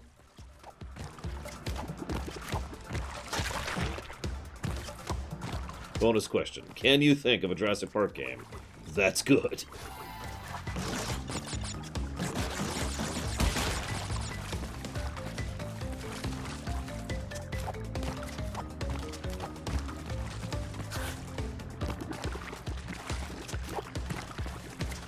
Rock doesn't count. I didn't know there was a Lego Jurassic Park game. Can you think of another one that isn't a Lego game?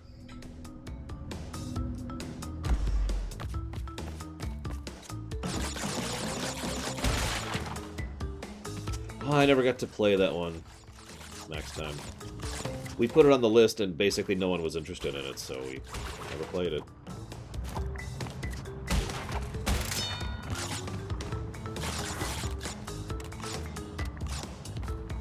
Yeah, I really wanted to try it out. You know me and management sims, so I was down just for the premise. I never played the Genesis one, obviously. Unless I did and I don't remember? Possible. I've never even heard of that one, as it is.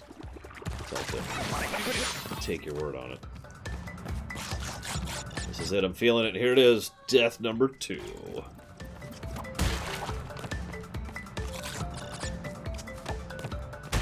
What I'm trying to say is there's a lot of Jurassic Park games, and most of them were crap.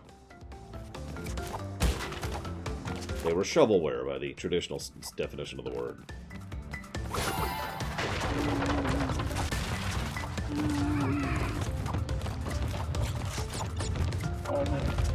I did, in fact, play Mass Effect Andromeda, yes. It was alright.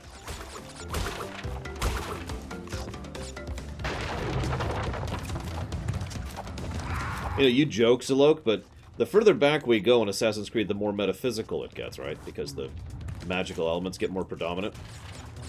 I would totally be down with basically a full-on fantasy Assassin's Creed set in really old times. Ah, that's a death.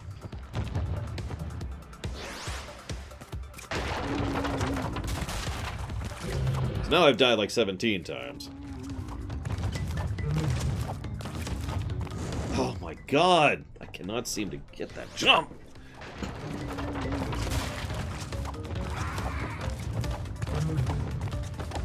Come on.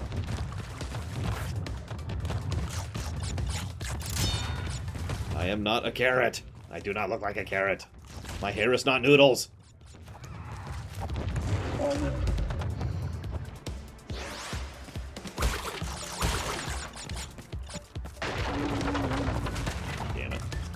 I thought, here I am, foolishly thinking I was doing okay at the game. And then I start dying over and over on this section. The exact same things. Over and over. And over. So this is the true Crash experience right here. Dying because I suck.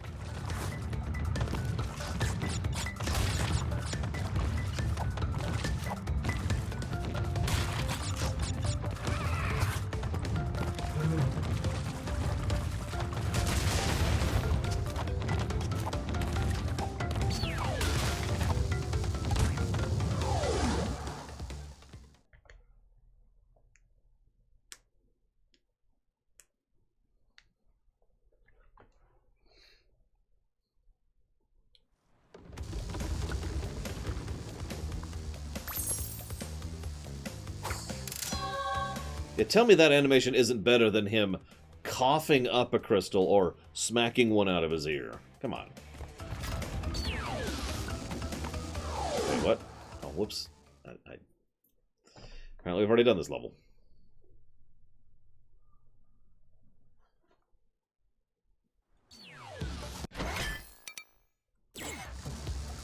Come on. Come on.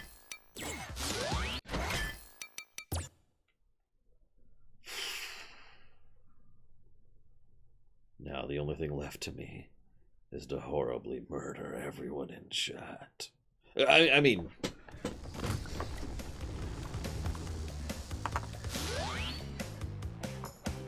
Yeah, she sticks it on her back. Maybe in her hair? I don't know. Very well, Hazardous. You may have the privilege of murdering everyone else in chat.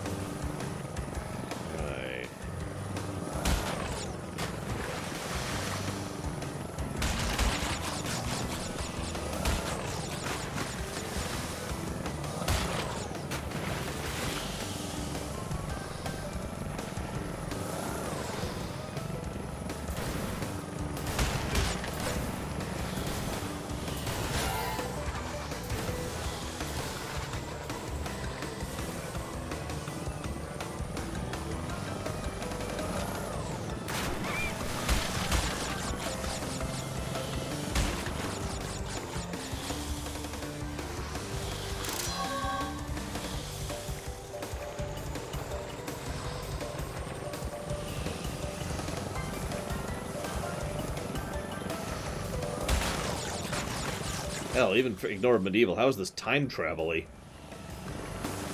At all.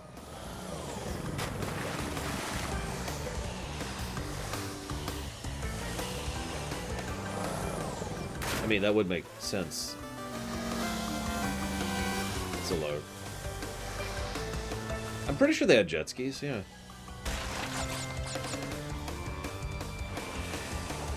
Hang on, give me 1 second. Let me die first.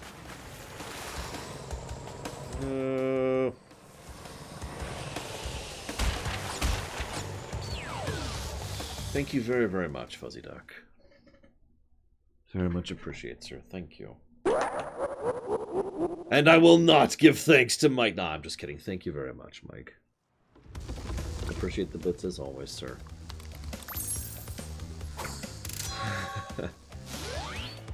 That's the wrong document. I need this document.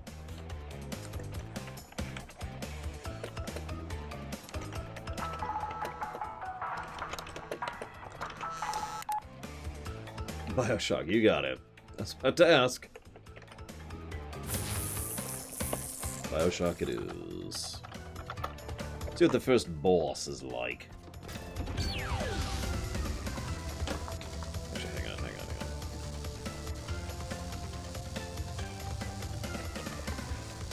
1 moment.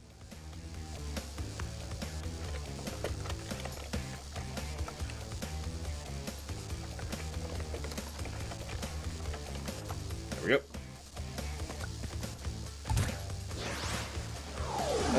Okay. Rash! Coco! Stole the pretty crystals!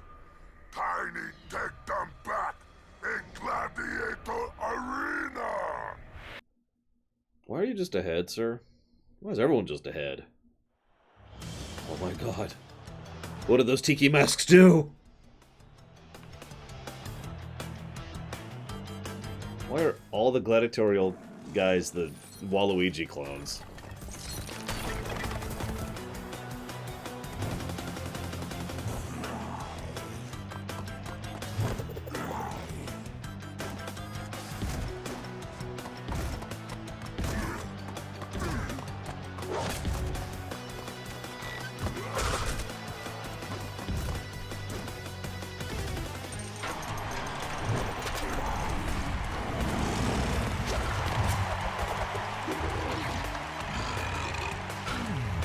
That's not unpleasant or anything.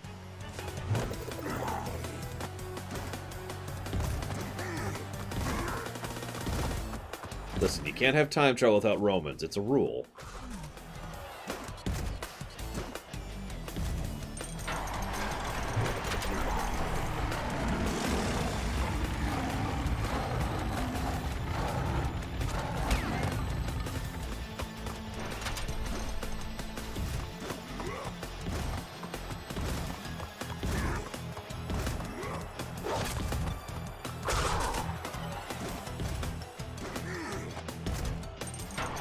Macaroni and cheese, you lied!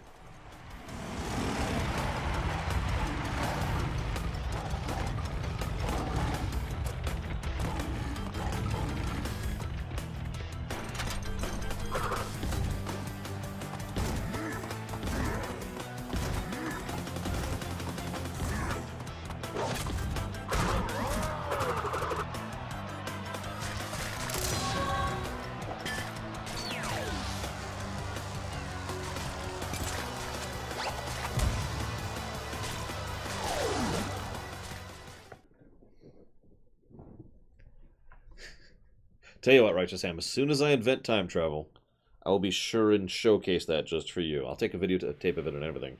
Well done, children. By defeating Tiny, you have unlocked the gate to the next time travel area. Go back to the center of this time twister and save your progress if you wish. From there, you will see that the gate to the second time travel area is now open.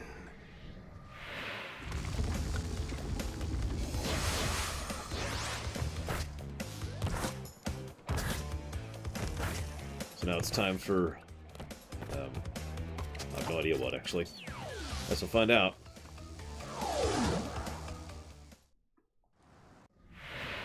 Why must you continue to be a thorn in our side? Who? What? Where was I? Oh, Tiny was a good fellow. He hated everyone and everything, but a good heart nonetheless. Please be more reasonable with my minions next time. I probably wouldn't, honestly, Final Cloud. But the easy answer is a few hundred years from now. And then come back with Mega Tech. And then rule the world, leading to the future, when I would then give myself the tech. Basically, I try to... What?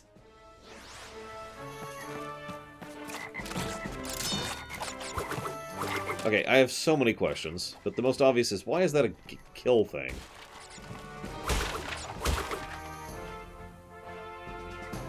You know, Lycon, I get that question semi-regularly. Probably not, though. I don't think Qui-Gon could counter, Oh, hey. Yeah, it worked. Holy crap. I don't think Qui-Gon could counter decades of manipulation by Palpatine, so... Sorry.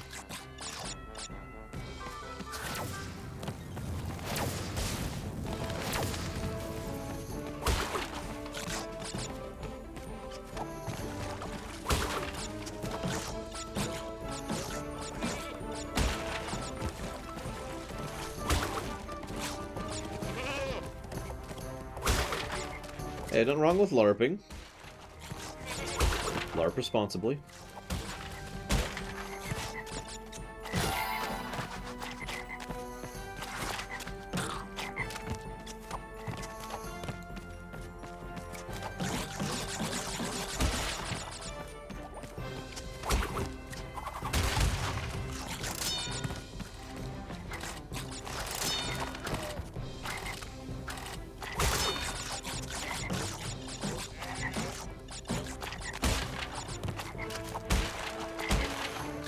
Oh gosh, yeah. I used to know quite a few LARPing groups, and I imagine right now they're not really doing anything, or they're doing it anyways because screw it, take your pick.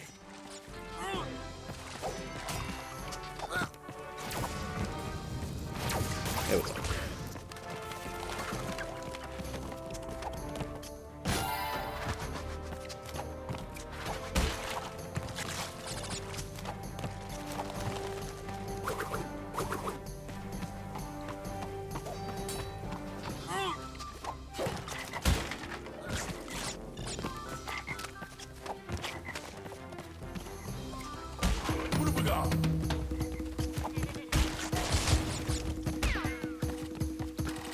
had this in a while, have we?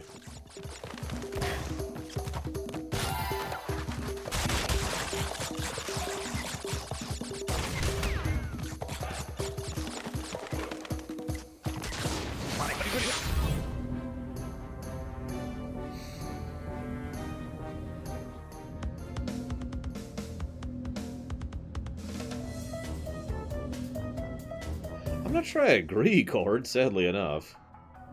Dooku was someone who would be an extremely powerful, skilled, and competent Sith Lord if he had been born in any era that didn't have Palpatine in it. I've said that a dozen times.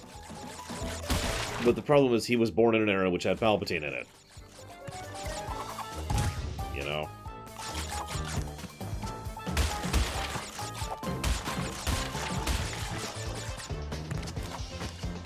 And he's either brilliant or every Sith. Take your pick. Depending on which particular continuity you listen to.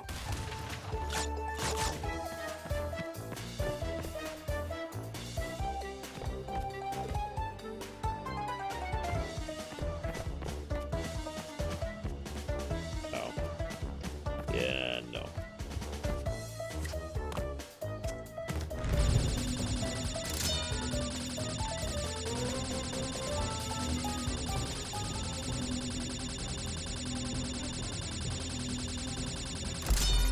Dooku also had one critical flaw going against him. He has a really dumb name. I would have called myself Tyrannus too if I had his name, good lord.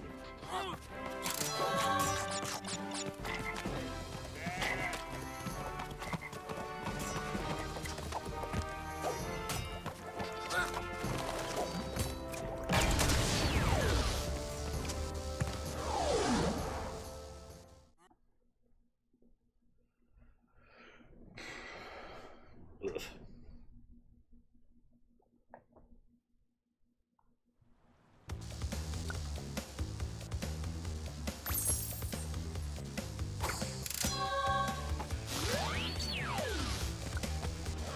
Now we're going to get a little Arabian here.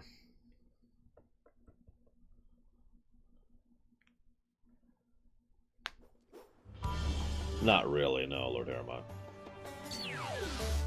No, Final Cloud. Well, maybe one. Hasn't been released yet, though. Because it's not done yet. The theater stuff, obviously. No, he actually was a count. He had a lot of money and political connections. He burned most of them setting up the war.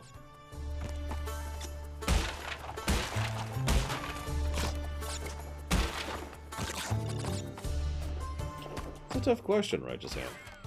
The problem is, obviously, they're all very stupid.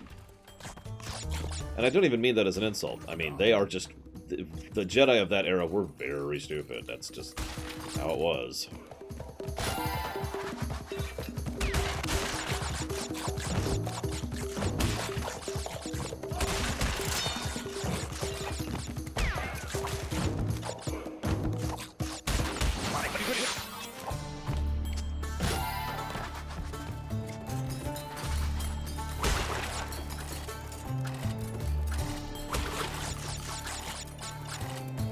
Which era of the Jedi not stupid?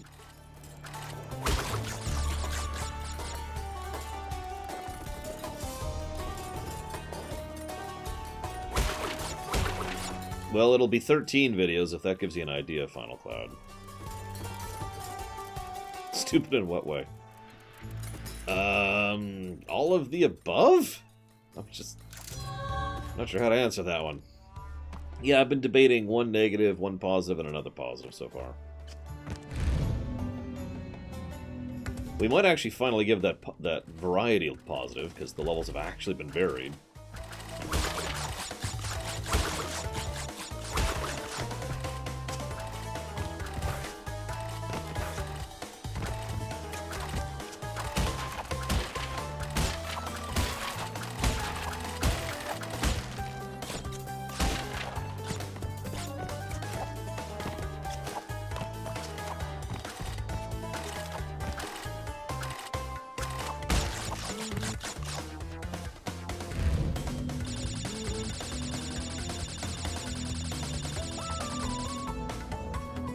hard to tell, Crazy Norse. So far, I haven't had a lot of deaths to stupidity. In fact, I haven't had a lot of deaths, period.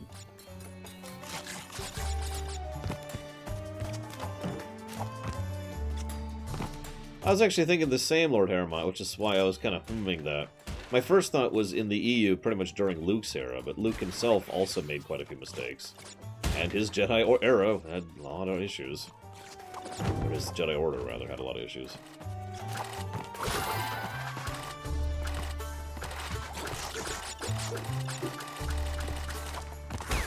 No cosplaying. He even does things like show you that the gold gem is in the background there. Did you see that?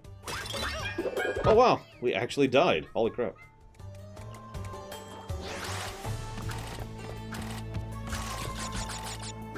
Just kind of weirded out by that.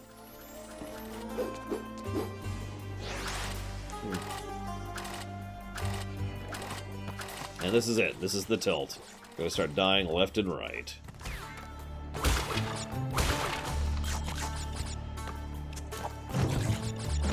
I mean, it doesn't help that both Dooku and Palpatine were right about the Jedi. So, you know.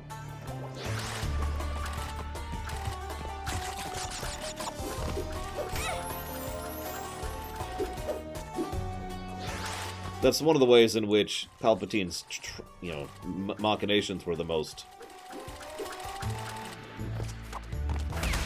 effective in the given era that he was in. He would manipulate with the truth. It was one of his biggest gifts.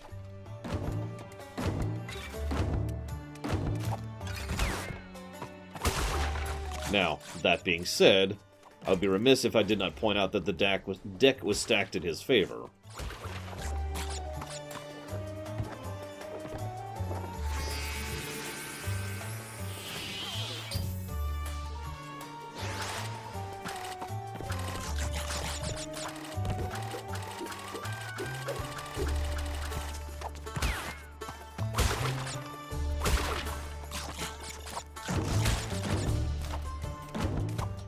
One of Palpatine's biggest tricks, too, and he even does this in the AU, actually, is he'll present the truth, and then he'll present his solution to truth as the only solution to it.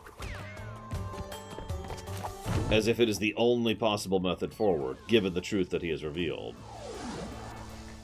Because it's a logical outcome for the truth. But, of course, it's not the only outcome, and that's the trick, that's the trap there.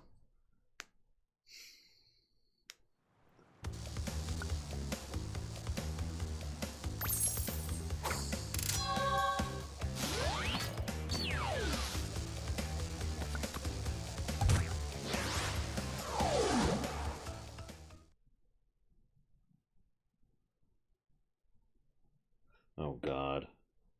I hope I don't get, you know, comments when it comes to the Aladdin rumination later this year. So this is it. Crash Bandicoot Racing. This was coming out in direct opposition to Mario Kart Racing. For obvious reasons, since Mario Kart was rather popular and was making a pretty decent amount of money. Unfortunately, at this point in time, Mario Kart... I'm just making stuff up. I don't know. Ignore me. As we can tell, the cops are evil, because it's Utah. Okay, that's kind of an esoteric joke, but I hope at least some of you get that one.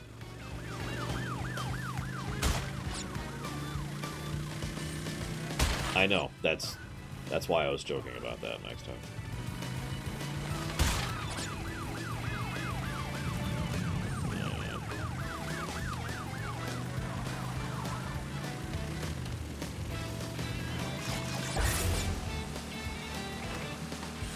There we go.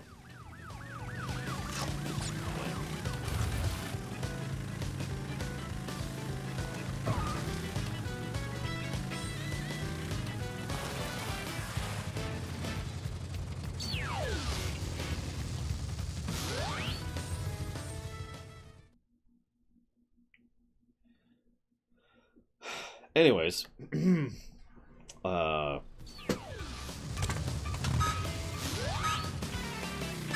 I thought I was gonna die.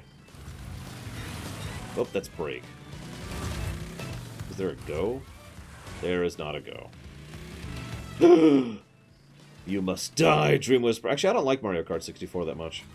You want to talk about controversial opinions? I get a lot of flack for talking about how much I don't like Mario Kart 64. And I don't.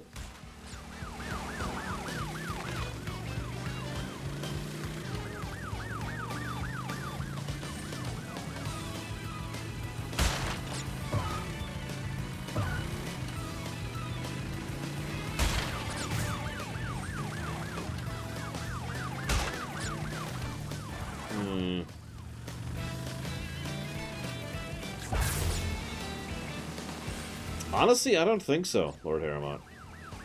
The Republic was simply too corrupt. Right, that's probably why I died last time. The Republic was too corrupt. The corporate sectors were way too corrupt.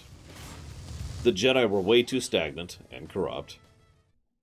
Like, as horrible as it may sound, just about any intelligent person who wanted to seize power would have. It is by coincidence that it happened to be a monster like Palpatine.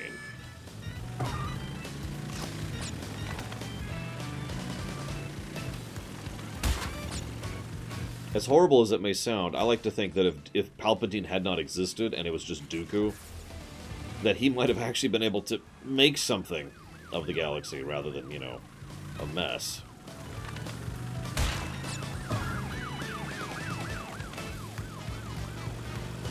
Like who, Lord Harriman? Vitier?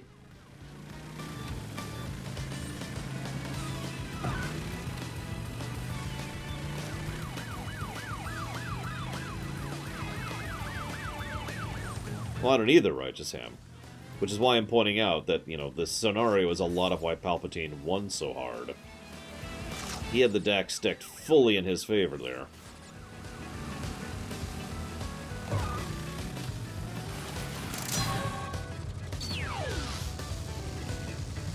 Like, it's easy to win at boxing when you got a gun, you know?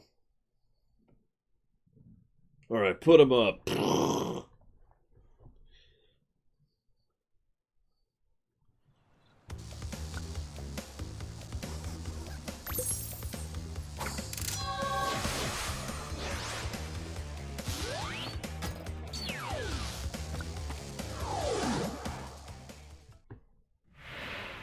G'day, mates. Dingodile's the name, and Uka and Cortex gave me orders to bring the crystals to them during the Ice Ages. So give me the goods and shove off, or I'll roast yous. But I don't like being roasted. Can you freeze me instead? Could Revan take on Palpatine? That is a fascinating question. I'd take Freeze Stride. I'd be with that.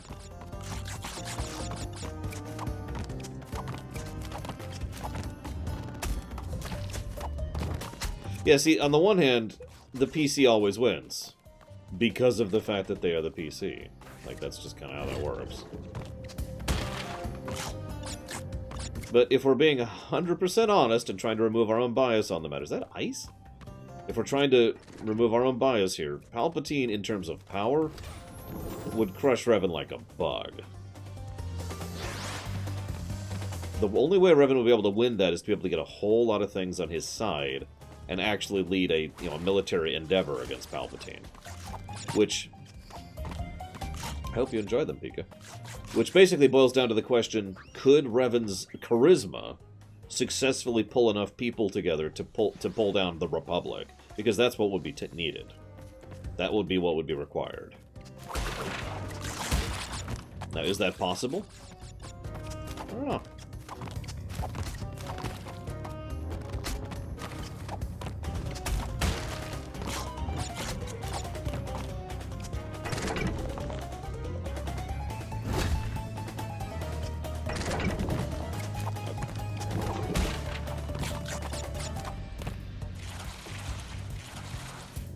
The one thing I could see is Revan basically pulling Palpatine's own maneuver against the Separatists himself. To summarize in brief, the Separatists were always designed to be sublimated into the, the new empire, the new galactic empire. Like, that was the goal. We're going to destroy you and your infrastructure in order to make all of your resources... Basically, we're going to pillage the corporate sector in order to fund and supply the galactic empire. I could see Revan pulling a maneuver like that. Would not put it past her.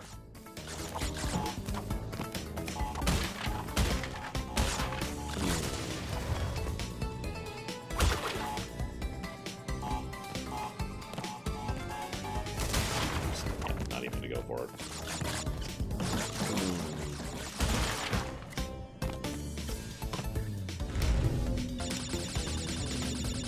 Say Palpatine going up against... Well, Palpatine in the Tor era, ironically, would probably have a lot harder of a time with things. Because there's plenty more people who actually have a brain on both sides.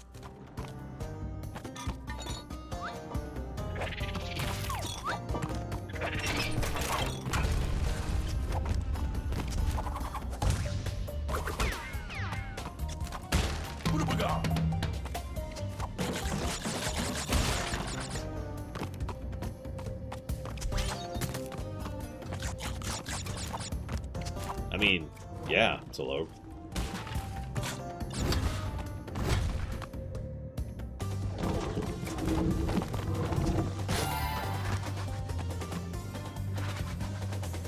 No. I know a lot of people put a lot of faith in Qui-Gon, and for good reason, but I gotta be honest. You know what probably would have happened to Qui-Gon in the end?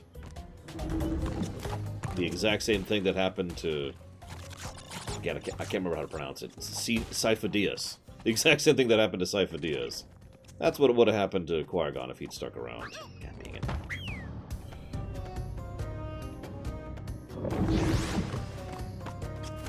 I mean, honestly.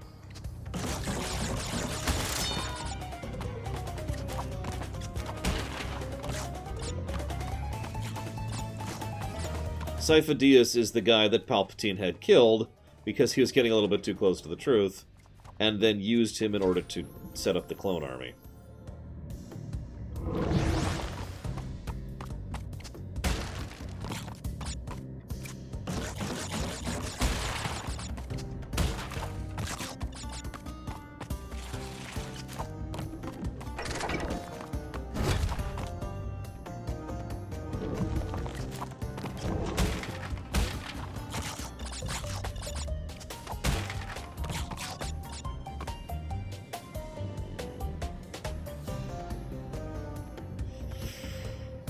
And yeah, I agree, Dream Whisperer.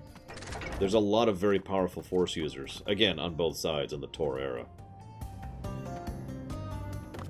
Don't mistake me, I think Palpatine could manage to thrive in such a situation, but he wouldn't just win. Because let's be honest, in the era Palpatine was in, he curb-stomped everyone.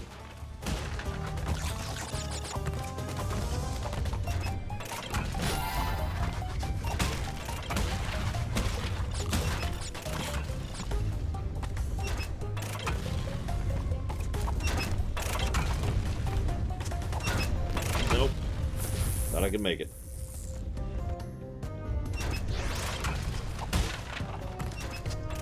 Yeah, he was that era's Vitier, that's basically right.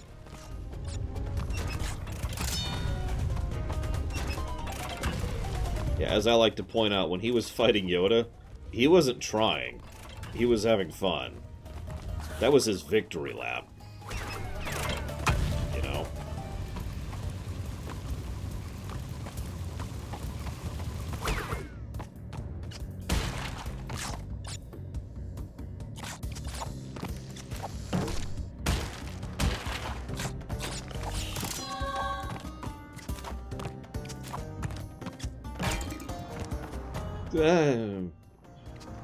Oh, come on, game.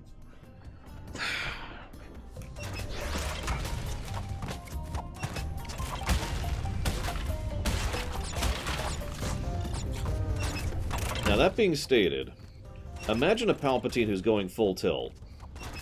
Who do you think could beat him in a one-on-one fight? I've noticed a lot of people argue on that one quite a bit. It's just interesting to think about and to hear other people's perspectives on it.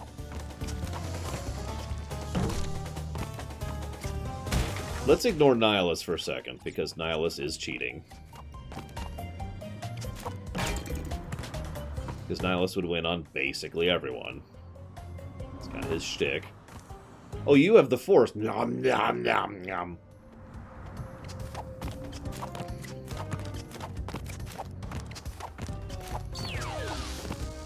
I would agree with Grandmaster Luke. Like, full tilt Luke at the height of his skill and power could probably have taken on Palpatine. I could see that. I don't think it would be a gimme either way, but I think he could try. I think he could do it.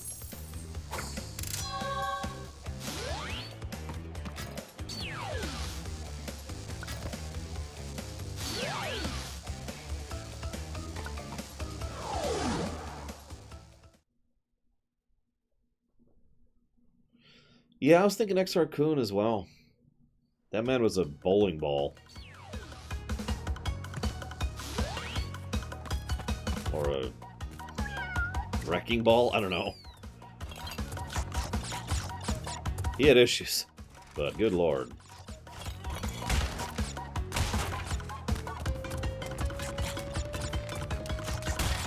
He was also an idiot.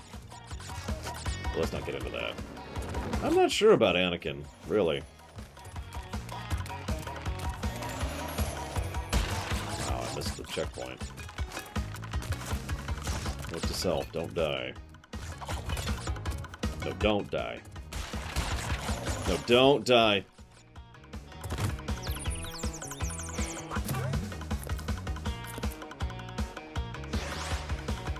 True enough, Shaluda. I can think of several teams that could manage it. You get the real heavies there, and yeah, no, they could have brought Palpatine down. Although, Savage and Maul couldn't. Still one of my favorite fights in the whole series.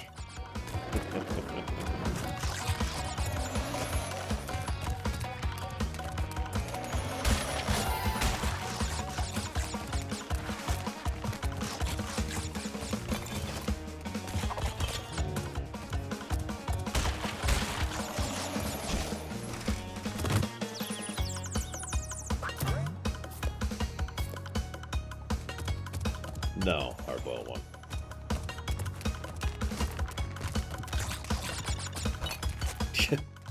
Scion would test Palpatine's creativity.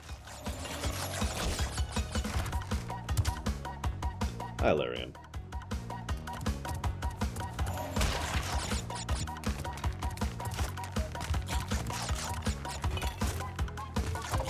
Bindo would be crushed like a bug by Palpatine. No offense.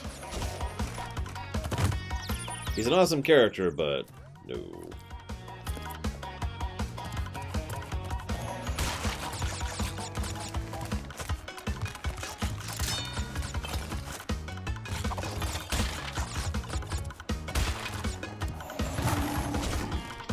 Still fail. Wow, I just cannot make that jump. Died like 8 times to the same exact spot.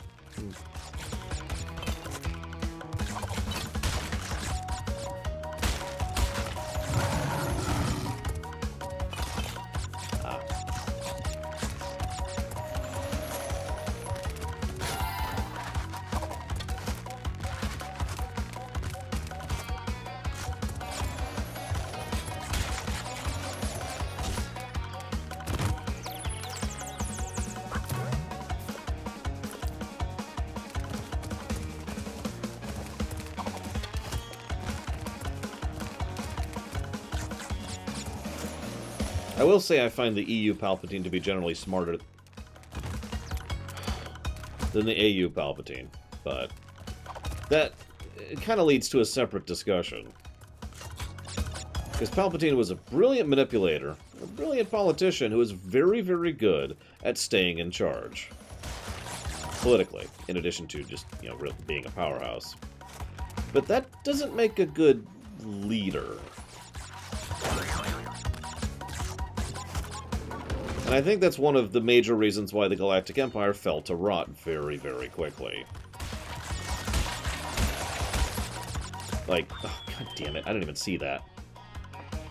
Because the moment you make it more your goal to stay in charge than to properly manage your empire, you have successfully ruined your empire. And that's exactly what he did. Yeah, he really did need some kind of administrator or manager who could actually run the empire successfully. Instead, he got Tarkin to do that. We all know how that turned out.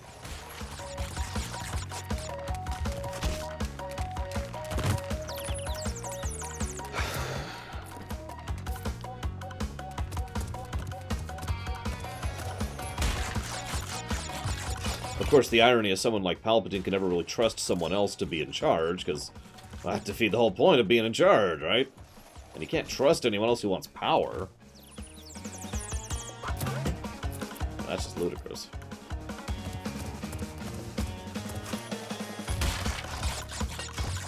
I mean, they could turn on me at any moment. I'd better turn on them first. It's only logical.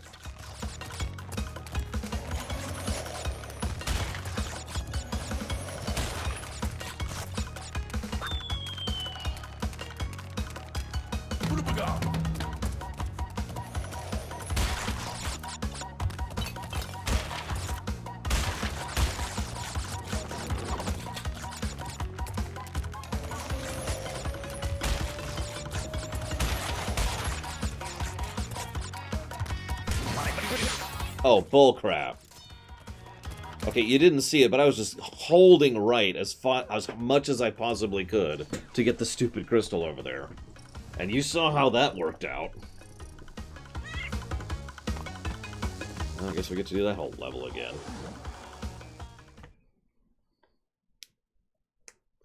But yeah, he deliberately made, in the EU and the AU, he deliberately made a mess of a bureaucracy so that no one knew where their place was and no one knew exactly what they could do. And it was hard for people to form political alliances because most of the people they could do that with were actually their enemies.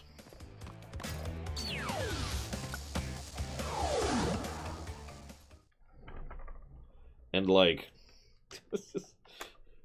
that's a mess, is what that is.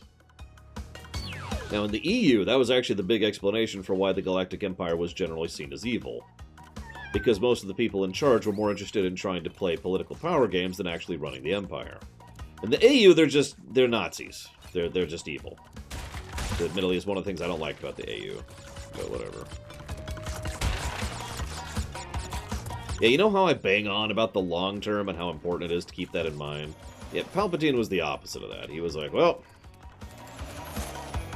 I won. That's what's important. Screw you, got mine. Yeah, sadly, I do think Plagueis was a better administrator.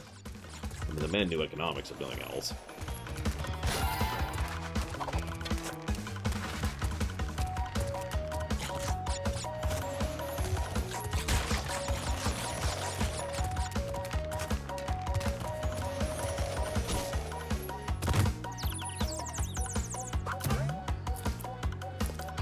Yeah, AU stands for alternate universe, whereas EU stands for extended universe. It's a quick and easy way to distinguish the two. Unless you prefer to say canon and legends, which I don't.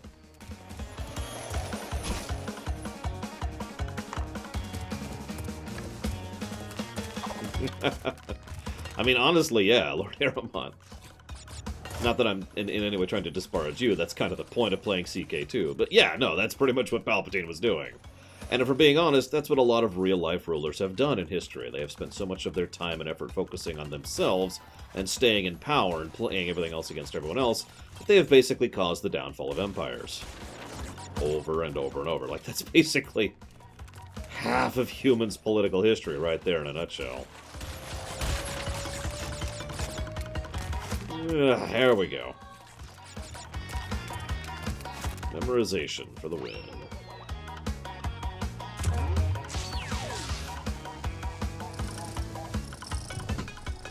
Yeah, that's actually true, Shaludo. Palpatine was one of the very few Sith who was like, I'm gonna win, and here's how I'm going to win. Well, you say that, Almighty, but the problem is the AU has rewritten stuff both before and after the original trilogy, which changes the nature of specifics. Motivations, and which characters did what, and some characters don't exist, or never existed, and some do. It is a completely separate continuity. It's not like Star Trek and the Abrams verse, which are actually part of the same continuity. It's as if you were writing a story and then I wrote a completely separate story which contradicted yours.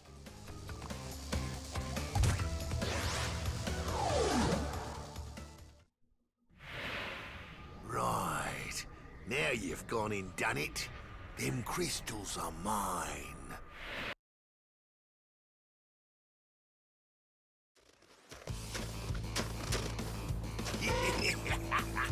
Break out. I am really not going for 100% Zelor.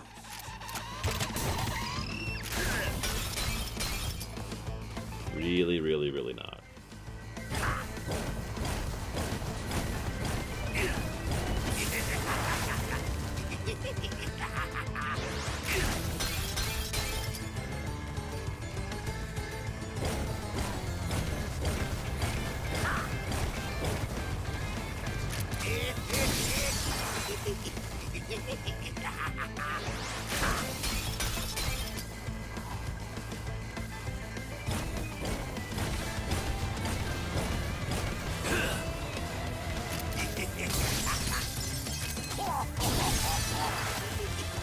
Wasn't actually expecting the second shot. No, Zelor. No. Good night, Lycon. We might actually get to our first game over here. Holy crap.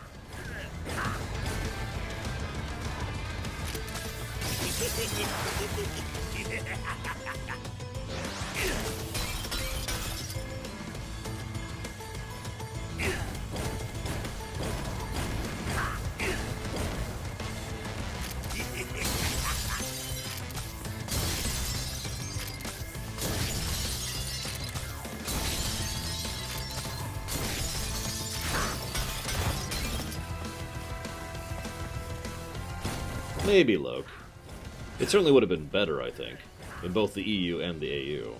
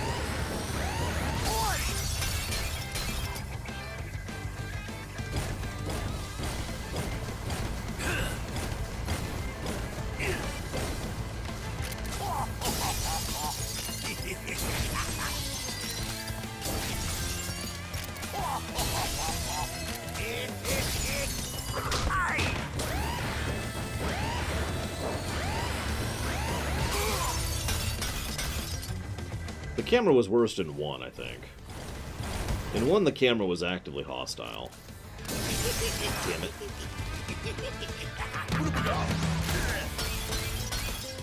That's my own fault. I didn't move quickly enough.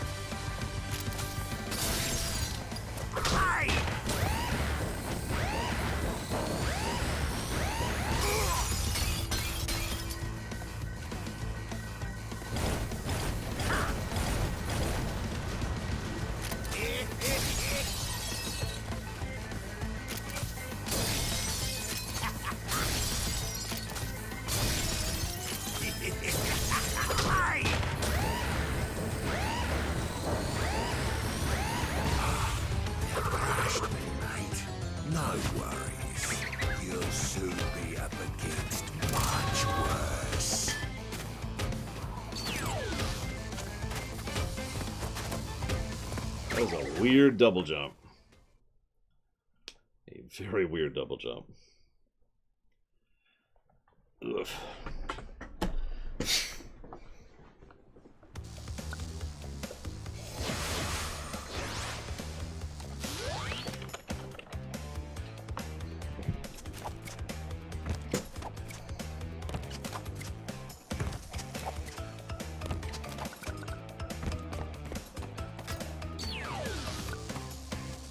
Yeah, let's just get the hard level over with, shall we? Especially since we're on the verge of death.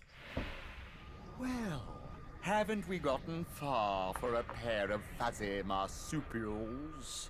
I am Dr. Nefarious Tropy, master of time and the creator of the very time twister machine you see before you. Uka Uka and Dr. Cortex have sent me to end this little charade. So you won't be leaving my area with the crystals. I swear it. Well, okay.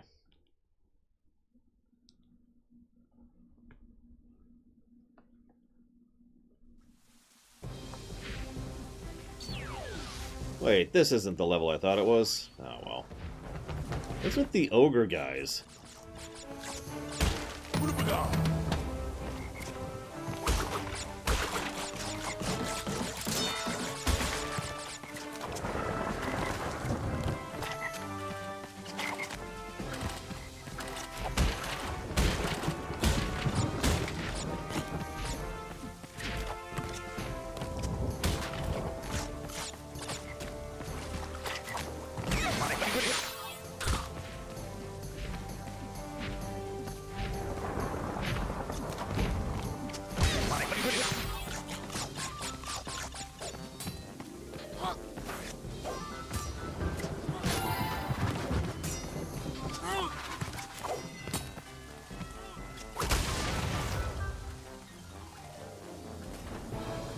Listen, Righteous Ham. You don't understand the brilliance of their machinations. Clearly.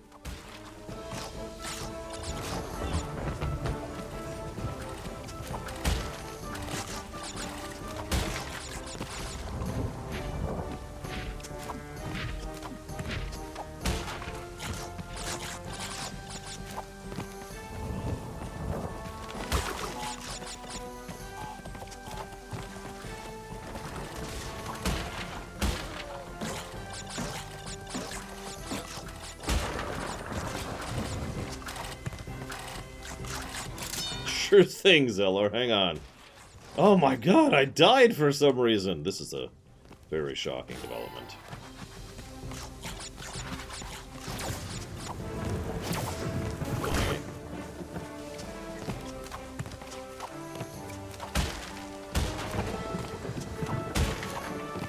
For God's sakes.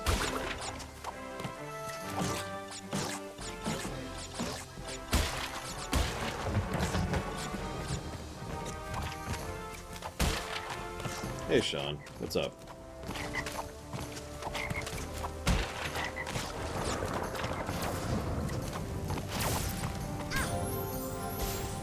Huh? I'm not even sure how that one happened. But whatever.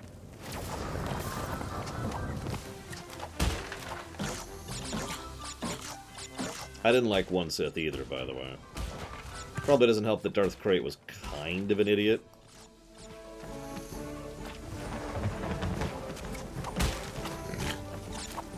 Damn it, Lord Harriman. I could actually picture that. Alright, clearly I need to approach the fight in a bit of a different way. Hey, we finally got the game over screen. Over. About time. I was starting to think we weren't going to have the game over screen in the third game. And that just wouldn't do.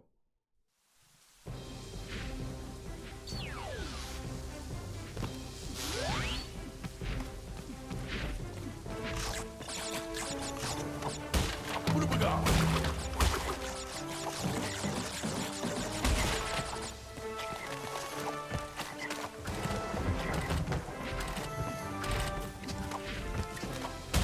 Listen, he may be evil, but he still has to abide by the code. Gotta explain your plan, gotta give the hero a second chance. It's all in the bylaws. No, I believe you, Jimmy Bailey.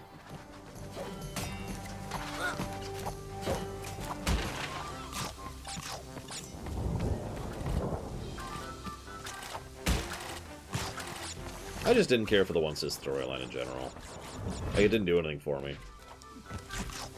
It was funny seeing Darth Krayt be completely mocked by the old Sith Lords, though. That was amusing.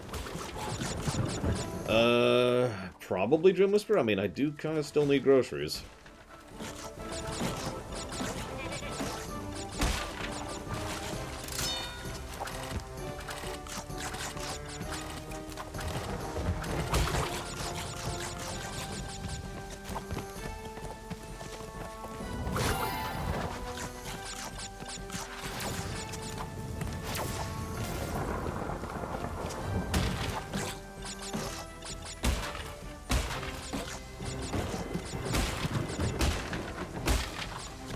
We just really like apples here, okay?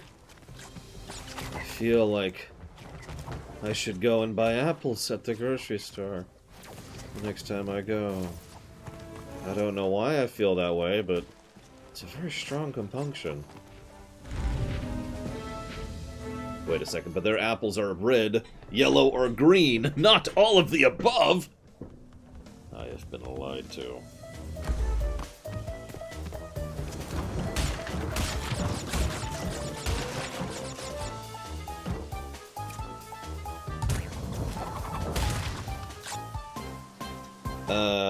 No, tomorrow's board game night.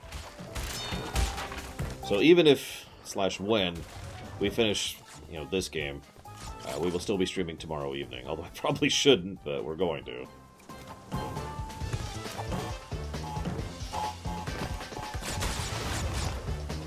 Actually, I rather do like good apple donuts, although, emphasis on the word good.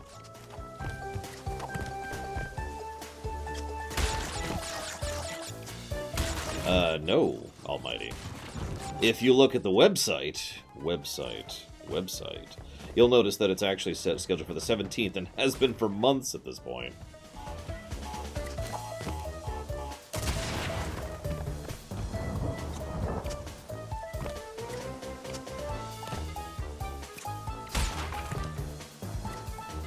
Like, seriously, we had the poll for that back in February. I give up.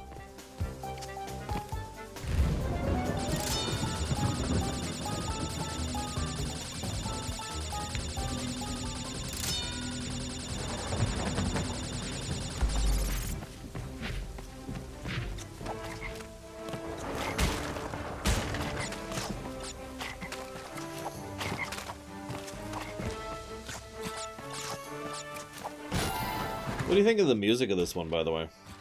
Weirdly enough, I think I kind of prefer 2's music so far.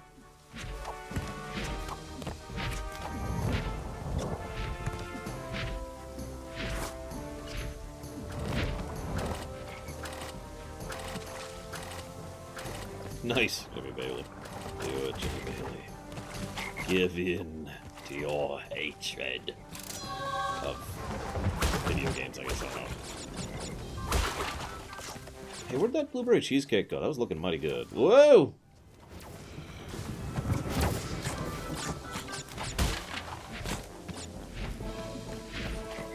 Depends on who's there, Cord. What? I don't understand why that happened. Oh, it's the Jack and Daxter thing. I should have known that. Good to know. Never mind, I know exactly why that happened. It's the Jack and Daxter problem.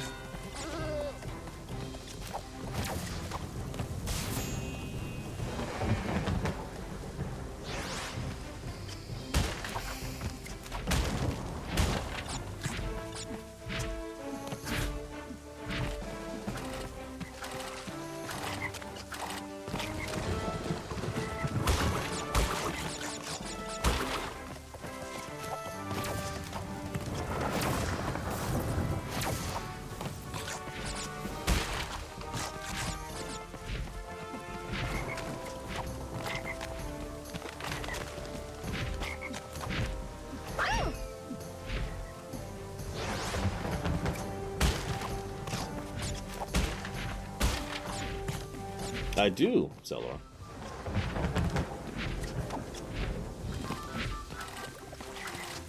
I'd say who doesn't, but I know better than to ask a question like that.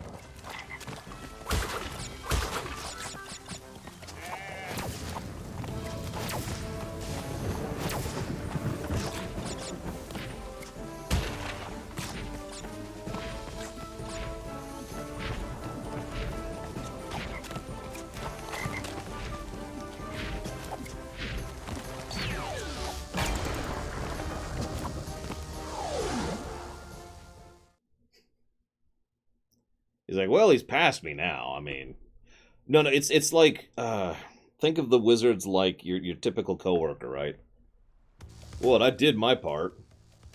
I was only required to shoot him while he was in front of me, not behind me. You have to fill out another form if you want me to shoot him while they're behind me.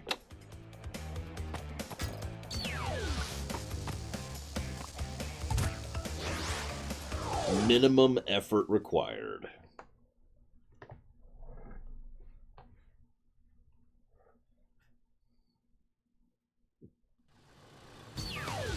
Alright, how many failures do you think?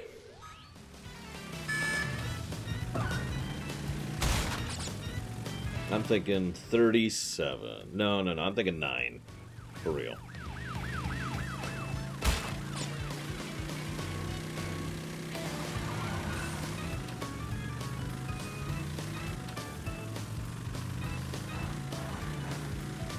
That was an oil slick for a second.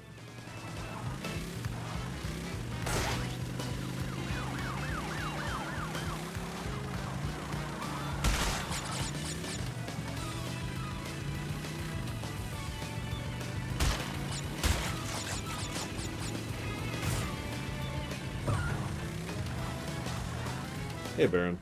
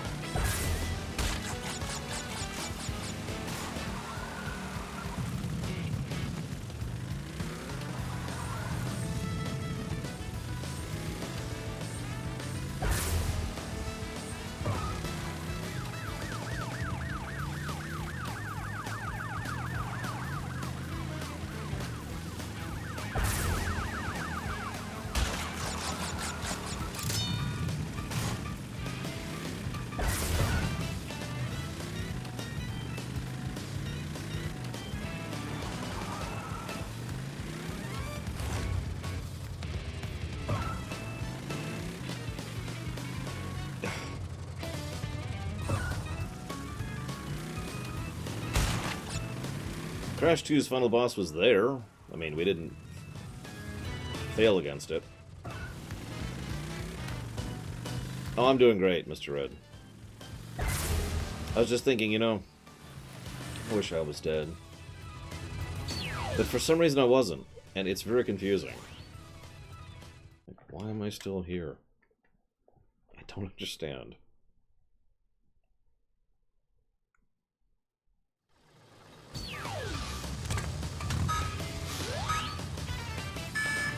Alright, favorite Mario Kart type game. Which would be the third category of racing game, if you're paying attention. Okay, I cannot see those at all, apparently. I don't know what's wrong with me. I literally did not see that one, or like 3 of the previous ones, until I'd already fallen in them.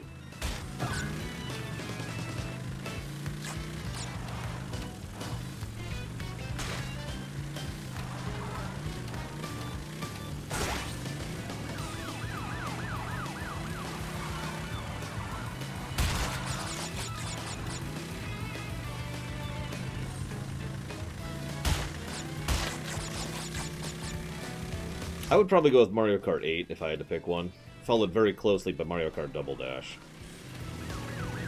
Personally.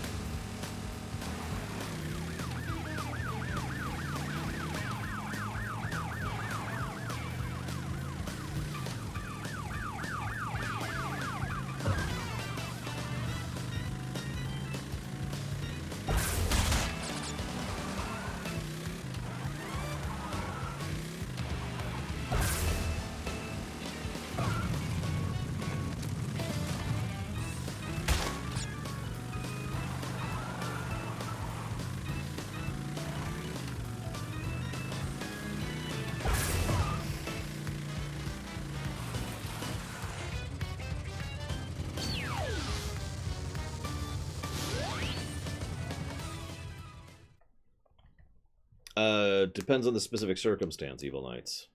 However, considering we've already done a run of a mod of Empire at War, as well as a mod of Skyrim, I'd say yes.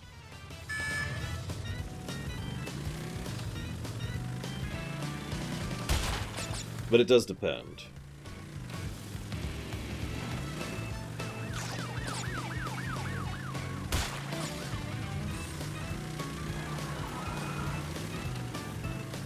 So what's your suggestion? Like, why do you ask?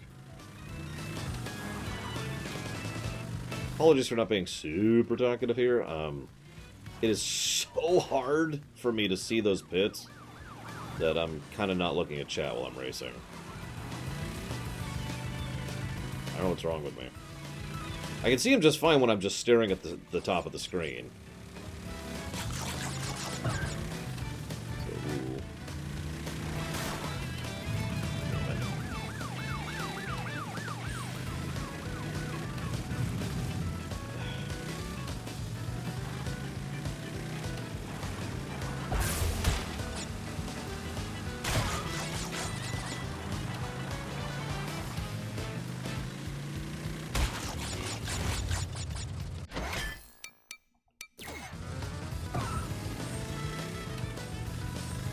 Whatever, let's at least get some practice in.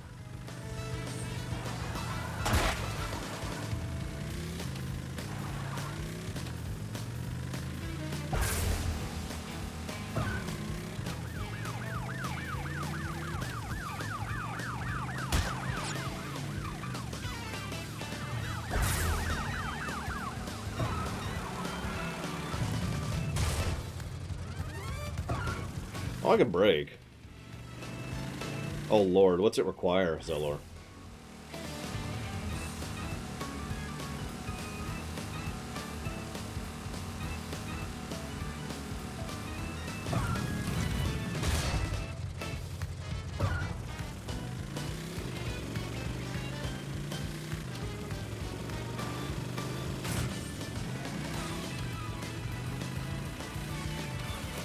So far we've managed 4th. This is mandatory. We have to do this. So we might just be stuck here the rest of the day.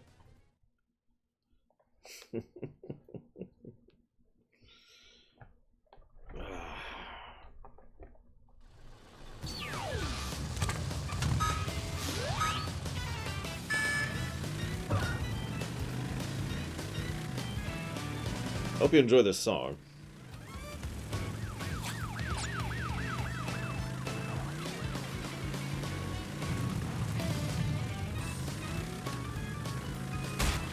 And how much would they pay me for that, Mr. Red? Oh, for God's sakes, you know what? Here, let's do that. That might help. That's a little better. The song's fine, I'm just sick of it. $600? No.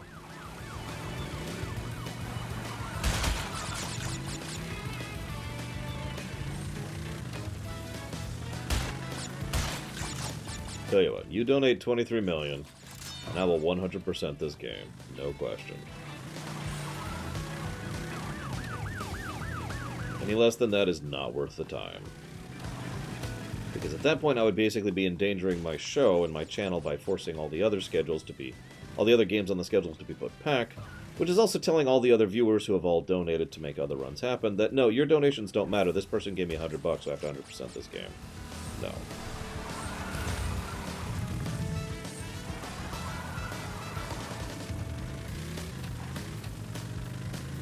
You have to consider the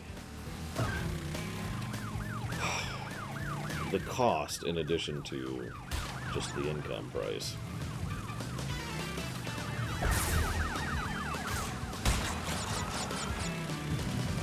No, I would not, Zellar. I got other things to do. I said I wouldn't do it for 600. And I stand by that.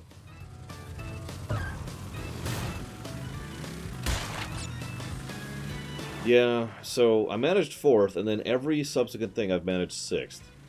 We might manage 5th this time. There you go. We got 5th. Still no, Zellar. Like, you want me to dedicate myself to being frustrated and irritable and telling my customers they don't matter by pushing back my schedule by weeks? No.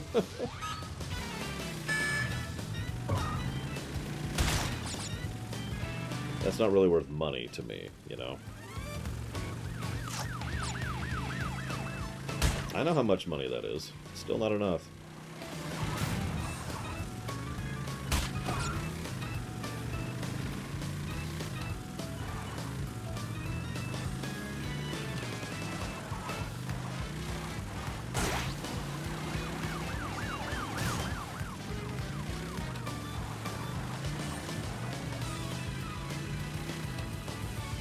Tell you what, we finished the entire stream funding list.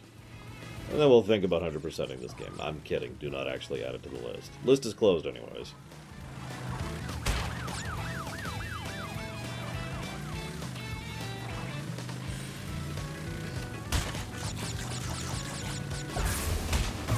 Oh, you son of a goddamn piece of garbage.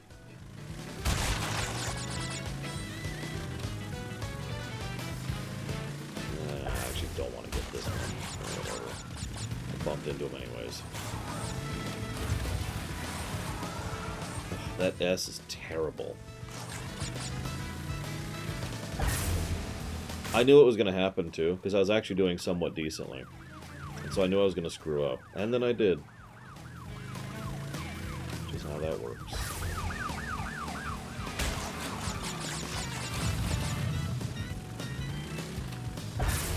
We might get 4th. That seems to be as good as we can do. So, at what point do we quit and just give up?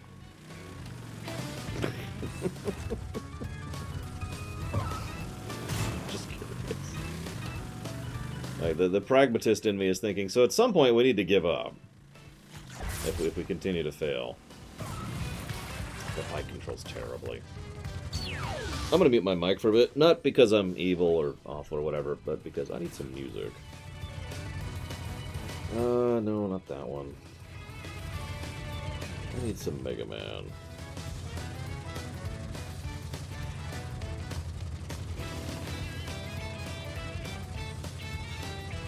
It's a nice incremental method, Nim.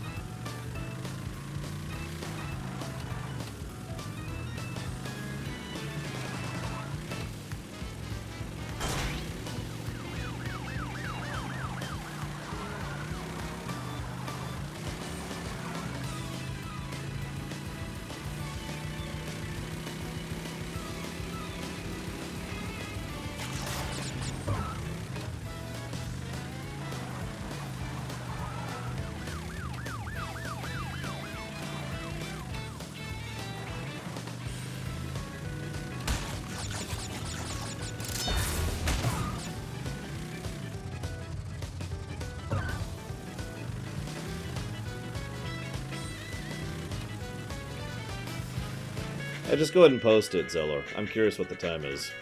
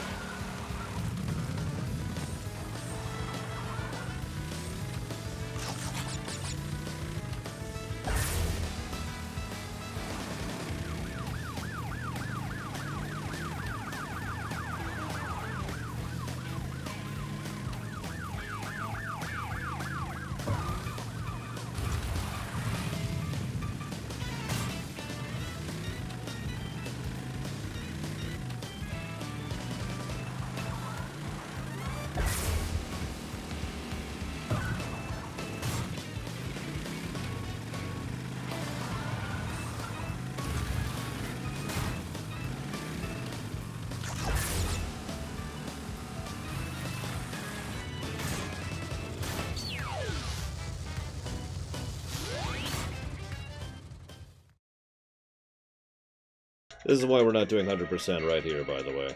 I'm not getting platinum on this thing.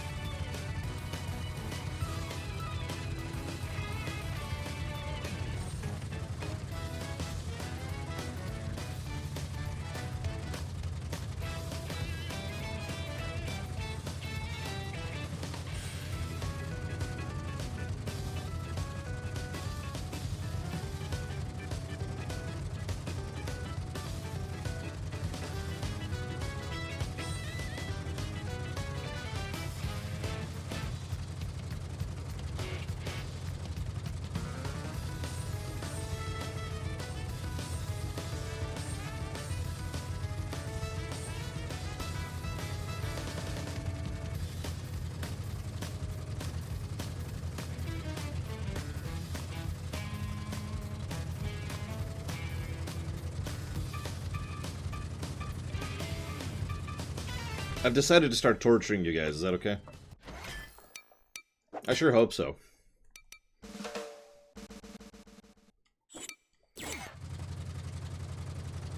If not, I would suggest muting me for however long this takes.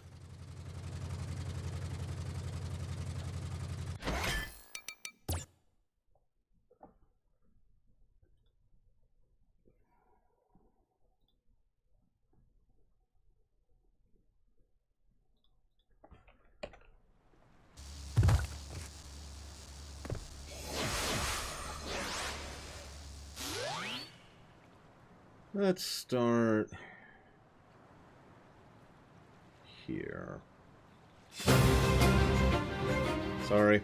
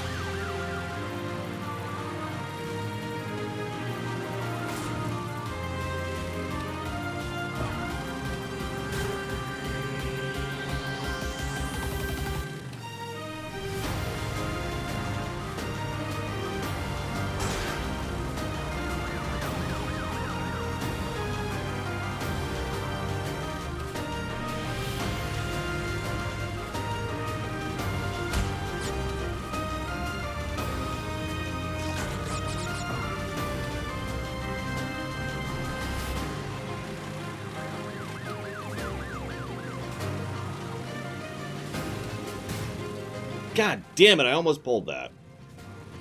I really, really, really hate that bounce back they do. That has actually cost me, I'd say about 4 of these. It's just the bounce back they do, nothing else. Ugh, that right there. Oh my god, turn! I know it's hard for you to concept that, since you're an idiot. Not you guys, Crash. Crash is an idiot. I'm calling Crash an idiot, okay? Oh my god. That's just... whatever. It's literally quicker, because there's no reset option. It's literally quicker to just go ahead and fail again. Oh, there we go. It might not actually be quicker. Hang on. This is called Fodlan Wins. This song is from Fire Emblem Three Houses on the Switch. I am astonished there's no reset option, or restart option for this. Especially since you don't lose lives for failing, which is actually good.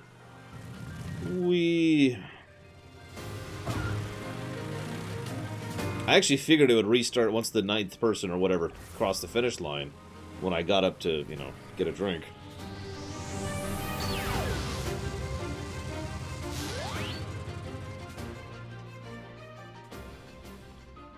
So this is going to be a little loud. This is from FF14.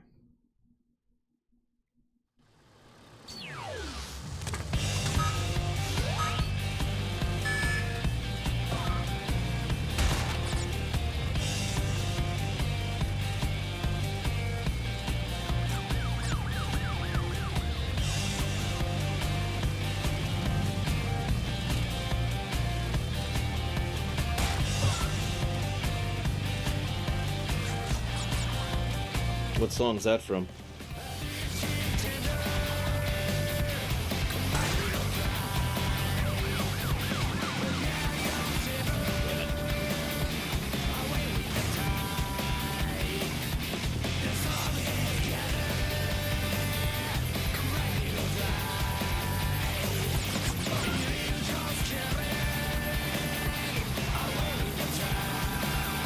Yeah, best lyrics ever, am I right, Eric?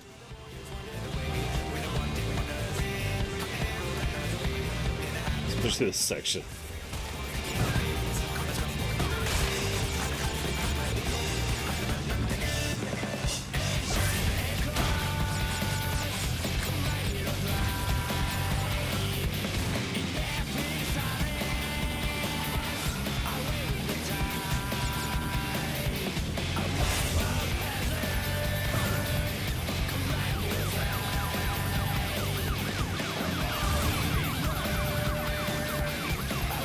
I want to give this a negative.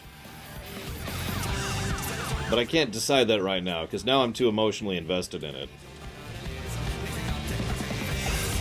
Let's see. Unfair bounce back. Terrible controls. No restart. That's a big one. And the fact that it requires a weirdly high amount of precision in order to succeed. Oh, and it's mandatory. I have to do this to beat the game.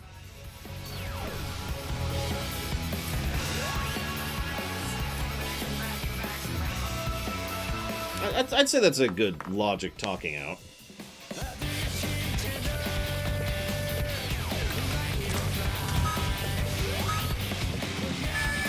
Whatever.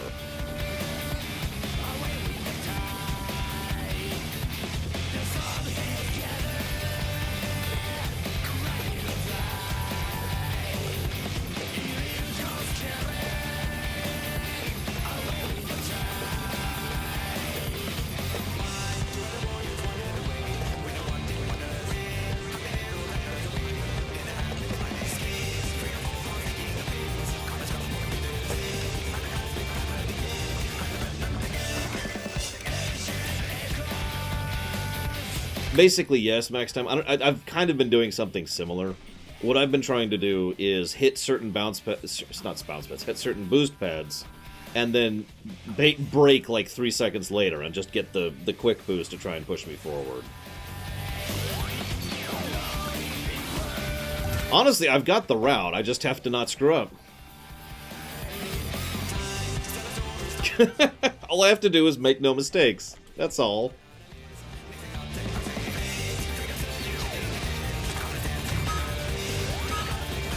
Oh, geez, Zero, that sounds horrible.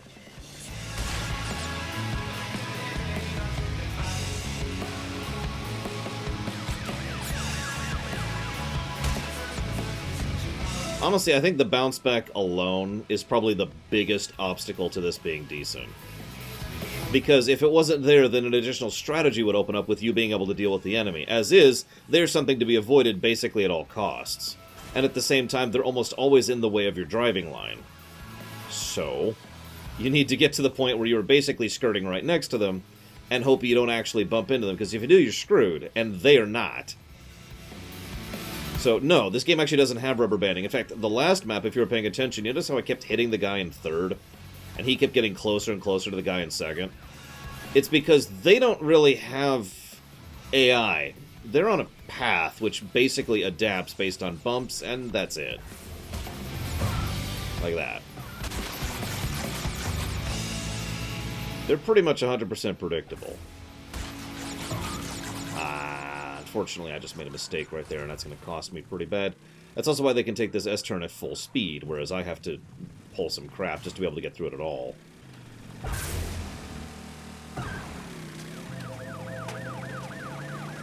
I like FF14 soundtrack, at least some of the recent stuff. There. Now brake.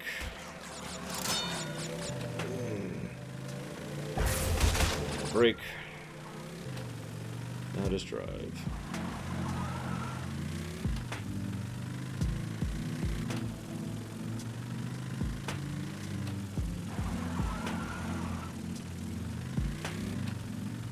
I told you, all I had to do is make no mistakes.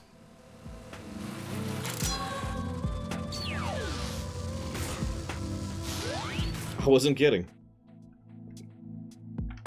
That's all I had to do was make no mistakes. I figured out the path like 3 attempts ago. This is also FF14. This is from Shadowlands, or Shadowbringer, excuse me, wrong game, called Sands of Amber.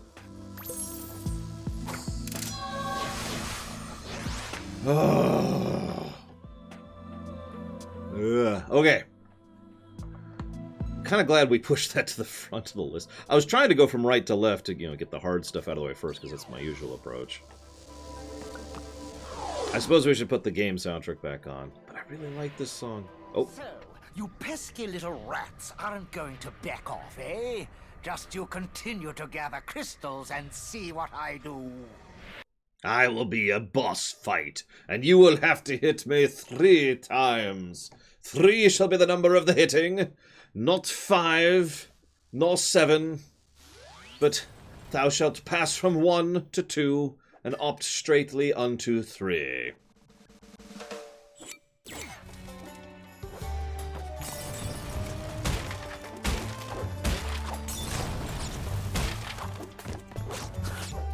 Yeah, sorry, dumb reference, I know.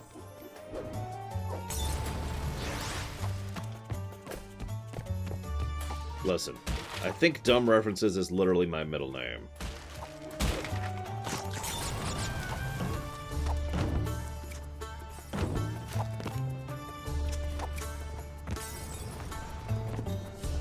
Oh yeah, so the double jump sucks. I don't know if I've mentioned that yet. It's the Jak and Daxter double jump. So the way it works is you have a window after you jump to double jump. If you fail at doing so, you lose the ability to double jump. So if I was to be like, huh, and yeah, see, like that, no double jump. But if I double jump immediately, I get it. AKA the same thing Jak and Daxter did. Thankfully, I played that game not too long ago, so I'm already kind of in that mindset.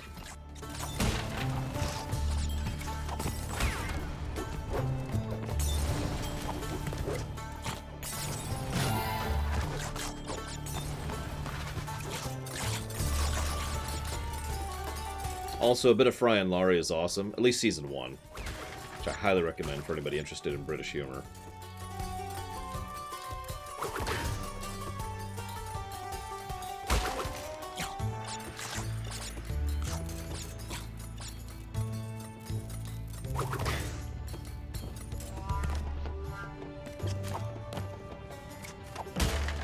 Hey, Eric, have I ever convinced you to watch Yes, Minister? If not, you should totally watch Yes, Minister. I think you would appreciate it, basically.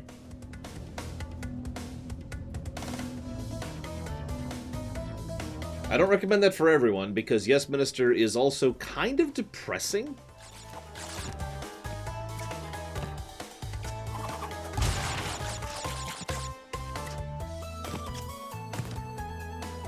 Yes, Yes, Minister, unusual sentence, is a disturbingly accurate show. It's literally the show in which, if it wasn't for the laugh track, you probably couldn't tell that they were joking.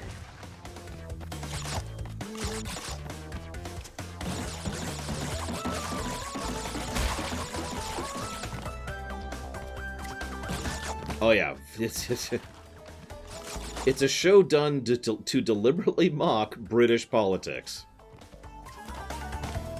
It has a lot of Dilbert effect going on. Imagine The Office, but actually funny. Sorry.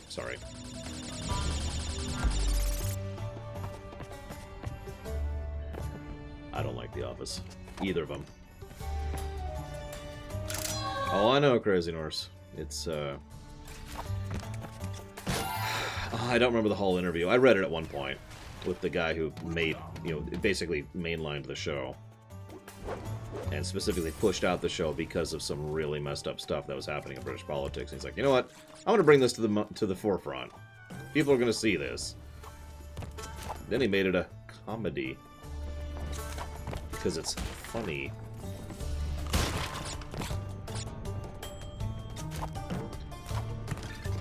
No, you wouldn't. Yes, I would. No, you wouldn't.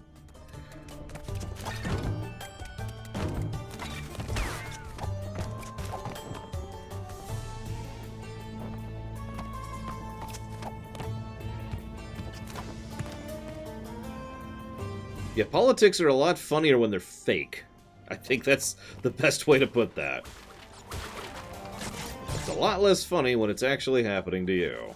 I think that applies to a lot of aspects of life. Really.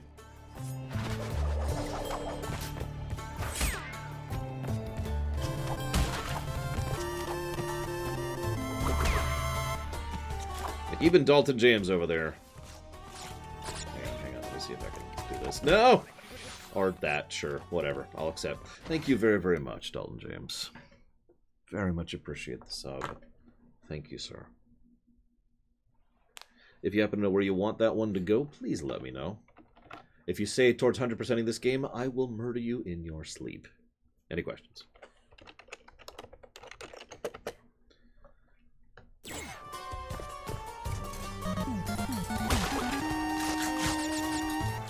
And thank you very, very much, Materia Keeper. Much obliged as well, sir. Also, ditto.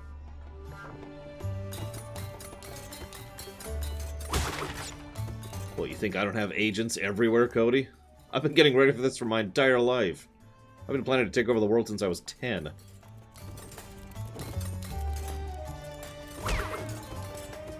I mean, I would never do something like that. Of course. Bioshock, you got it. But what about you, Materia Keeper?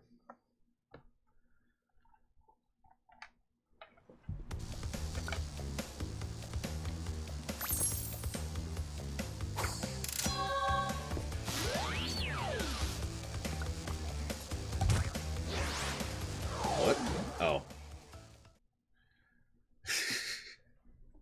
Is that the song I think it is? Hang on. Because I actually have played Splatoon, although it's been a while. I played it with my niece, and we kind of co-opted our way through it.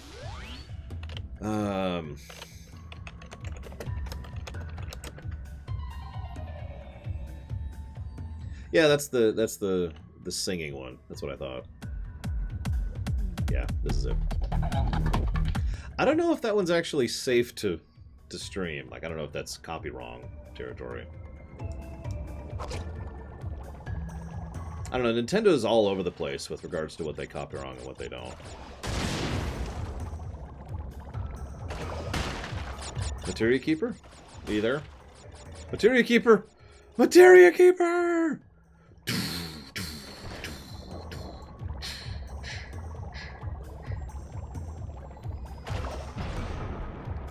Bacteria Keeper has created a time paradox.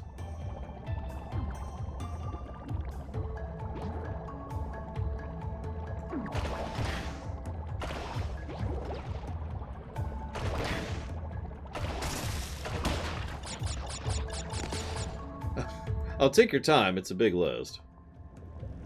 I don't want you to rush it. Well, it's not actually Nintendo that's the problem, unfortunately. Like, if I was to stream Oblivion right now, there would be people that say, hey, we own the rights to that music. And I'll give you a hint, it's not Bethesda who does that. I'm sorry, what? I don't understand why that happened. Thank you very much, Pretzel. Very much appreciate, sir. Thank you. Please stop subbing to me. Persona 5 Royale and Persona 2.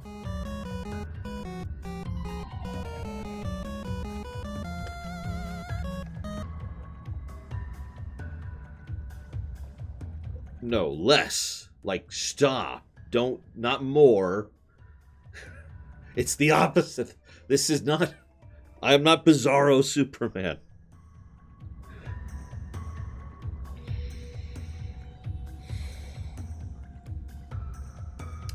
I'm sorry, I didn't actually get to finish my sentence. It's not actually Bethesda who does that. It's not even Jeremy Soule or anybody like that. No, it's actually the music license label company that owns the rights to distribute the music. Because, fresh reminder, that music label companies are actually evil.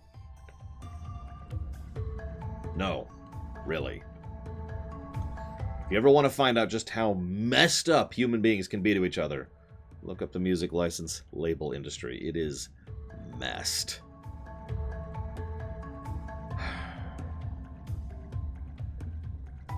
Do you really want to put all of that towards that, Solivanti? I mean, it's your choice. I'm not going to quibble.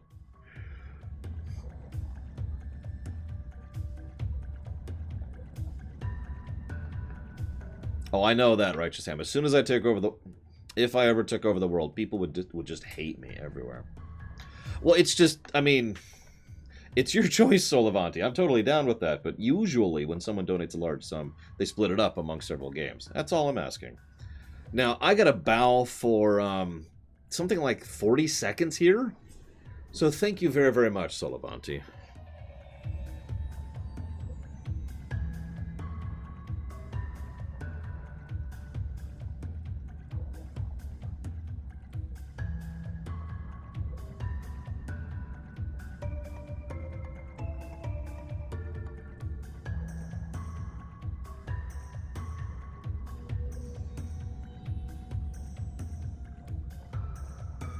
Thank you very, very, very, very much.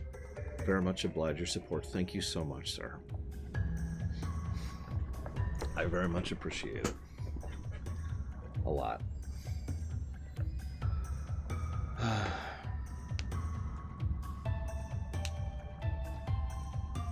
I know, right, Dartarman? Anywho, yes, I have played Persona 5, although I barely remember it. I couldn't even name a single character in it right now, off the top of my head. 150, and that's towards Trails in the Sky 1. You got it. I barely remember that game, too. But, I mean, that's the norm for any game I do a rumination on.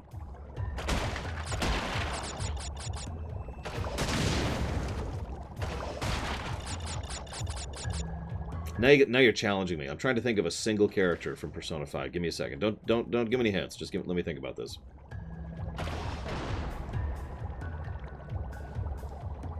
I can think of one character from Trails in the Sky, and I don't know his name, but it's Glasses Guy.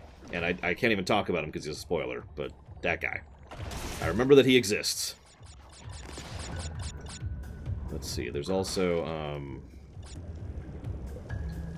in Persona,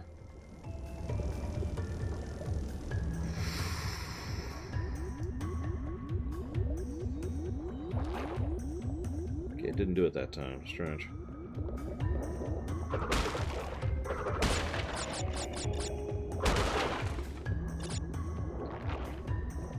Okay, hang on. So there's Evil Jim Guy. Then there's... If you're wanting names, that's not happening. But there's Evil Jim Guy. And then there's Evil, like, Mafia Yakuza Guy.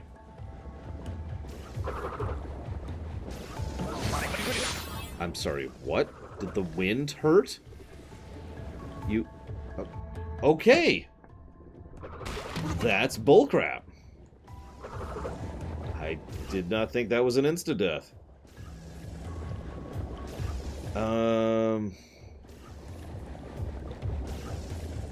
Then there's Painting Guy, I think? And that's it. That's all I got. Sorry. I failed at coming up with characters from Persona 5. I doubt I'm capable, Mr. Red.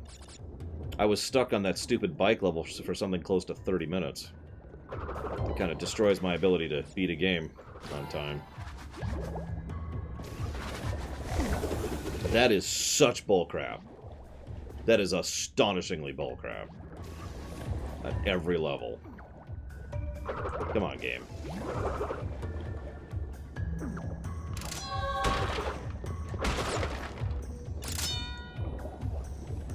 You're better than this.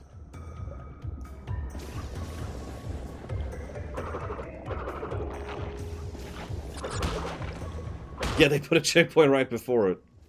They knew. Am I supposed to go this way or that way? It looks like that way. Okay.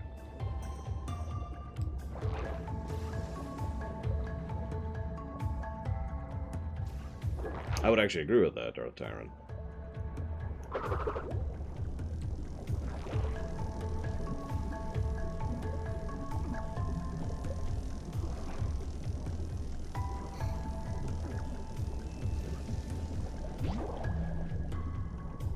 It would make my day.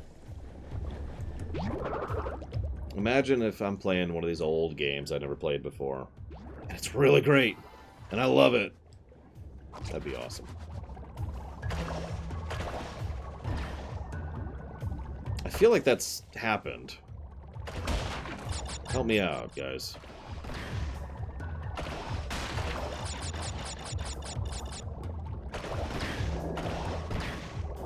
Like, I could think of games that were, you know, new, that I was like, and they turned out awesome. I guess there's the Ace Attorney series. That kind of counts. LTTP doesn't count. I've played that many a time!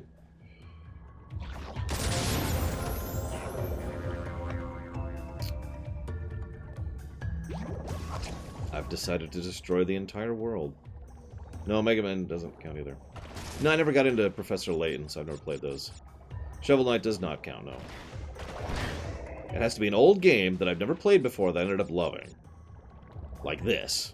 Or Spyro, or Banjo, or whatever. You know, one of the old classics that someone's like, please play this old classic, and then it's like, oh, this is amazing. Like, that has to have happened before, and I'm not thinking of any examples. I can just pull up the list and look.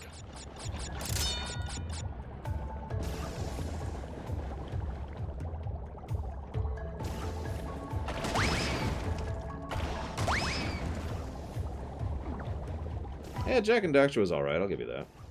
Spyro was okay, too. I'll give you that as well. Spyro got a little boring after a bit, but I think that's mostly because I played all 3 games back-to-back, and they're kind of long. Unlike these games.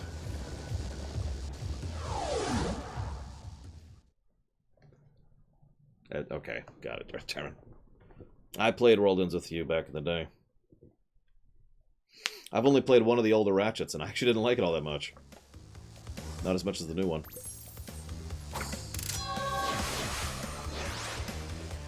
See you around, Loke. Enjoy Valkyrie. Or Valkyria. That's true, Phantasy Star turned out pretty well. I know the feelings. Full of fun, too. See you around, dude. I've crashed a few parties before, but I never expected you to make it this far. If you don't turn back... I will inflict 1,000 years of suffering on you and the entire universe! I've technically played Sly Cooper, but I don't remember it. So no is really the answer.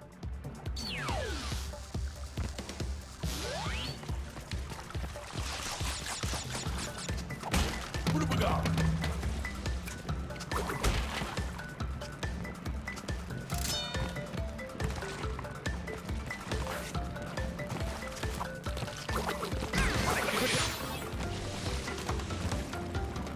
Never played...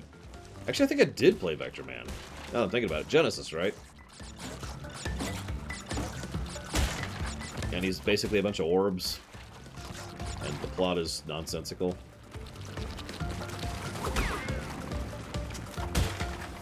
Yeah, I did actually play that back in the day.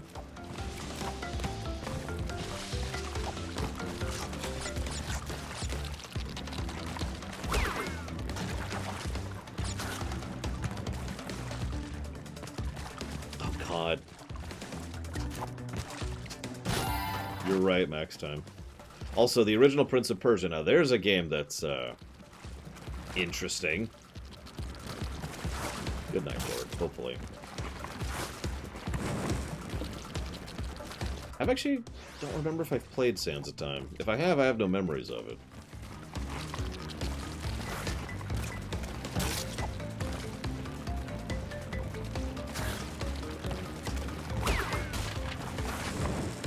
I'm sorry, what?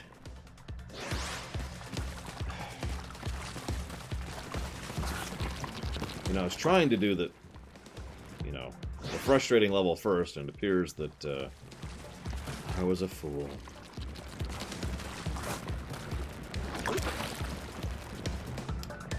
I feel like I've heard of Alundra. So what's Alundra?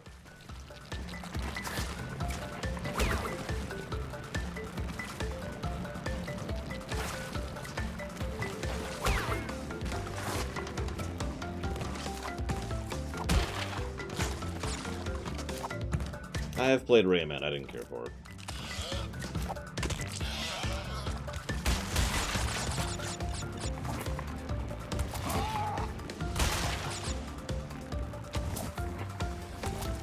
I don't know if I'd call Fire Emblem a JRPG, but yes is the answer to your question. Although I only started getting into Fire Emblem specifically recently as, you know, availability of English translations is kind of more of a recent thing. You know, GameCube and onwards, basically.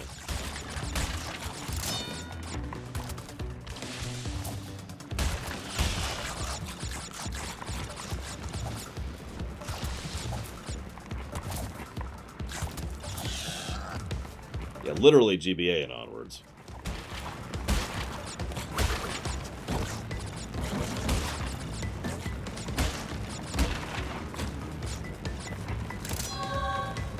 I have not played the Rayman series, no.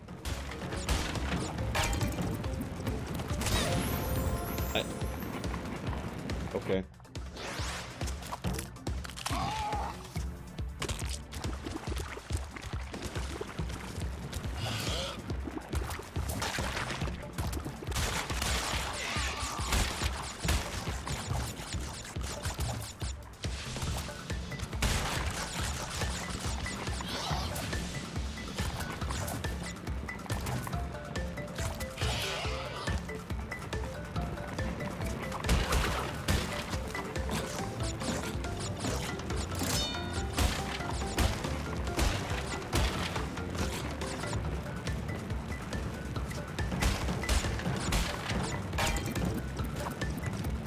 That was what I was trying to do last time. And I died horribly. Yeah, no, there's no way I'm gonna beat this game today. I have played SMT4 and Nocturne, as well as the online game. In answer to Zero Hunter. And they were the worst video games I've ever played in the history of the universe.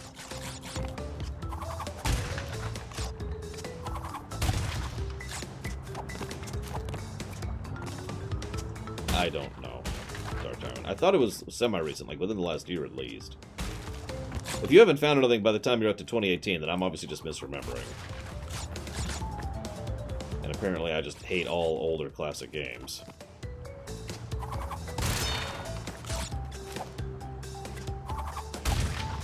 except for Phantasy Star.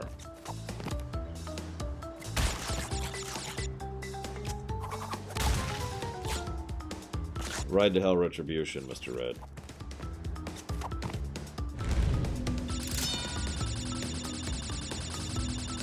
Remember, I've played Ride to Hell Retribution all the way through on camera. I've also played Anthem all the way through on camera. Although, honestly, Ride to Hell Retribution is a worse game between the two.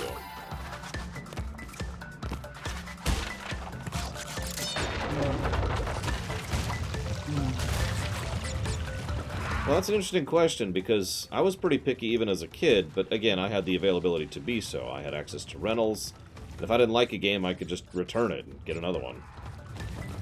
I usually didn't buy games or ask for games to be purchased for me unless they were games I was very certain I was going to like, because one of the things my mother and my grandmother both baked into me at a very young age is being properly frugal, aka not wasting money on something you're not sure is worth the investment.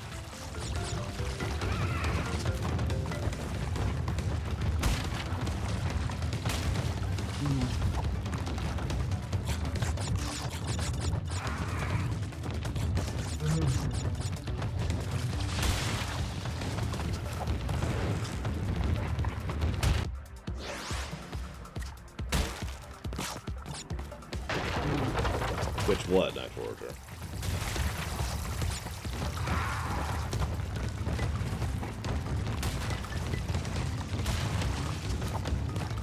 I don't know, I teach my niece about economic feasibility quite a bit. Because it doesn't just apply to money, after all.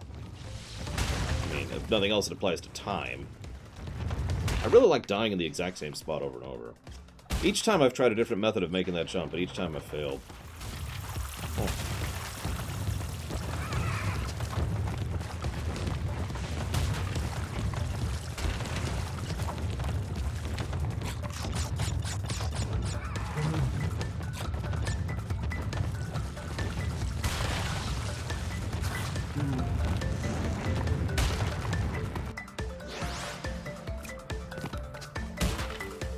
You mean like that, max time?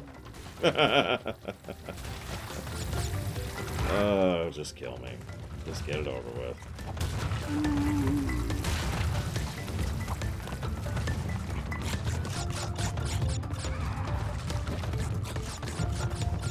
www.lorerunner.com/reviews, Mr. Red.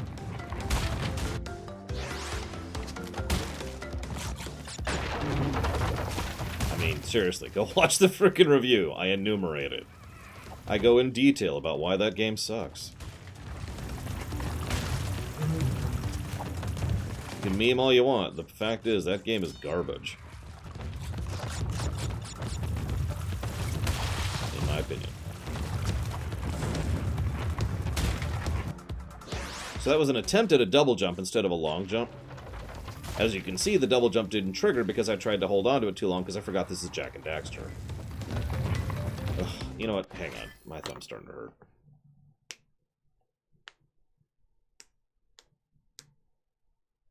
People really like Dune. G-Juice, that's the hype right there. Ah, gotcha. Which had more wasted potential? Well, Ride to Hell never had any potential whatsoever, whereas Anthem had a rocket pack. So...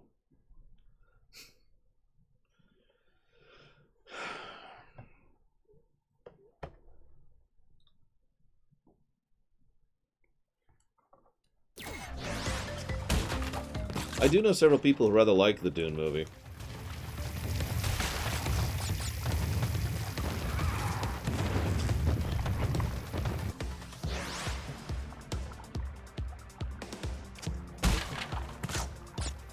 I do not like turkey soup. I do not like it, Sam I Am.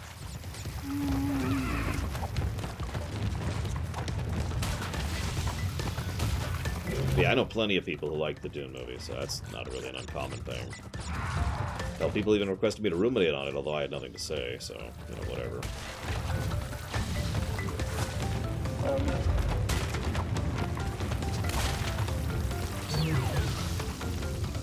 Are you kidding me?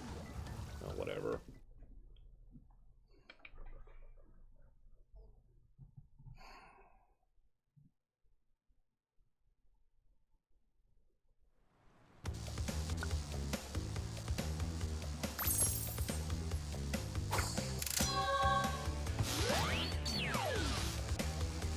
I hope you feel better soon, Cody.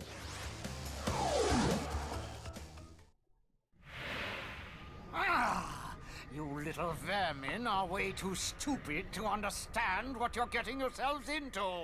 This time, you've done it!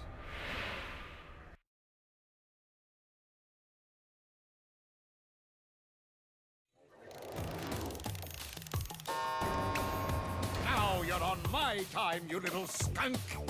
Give me the crystals!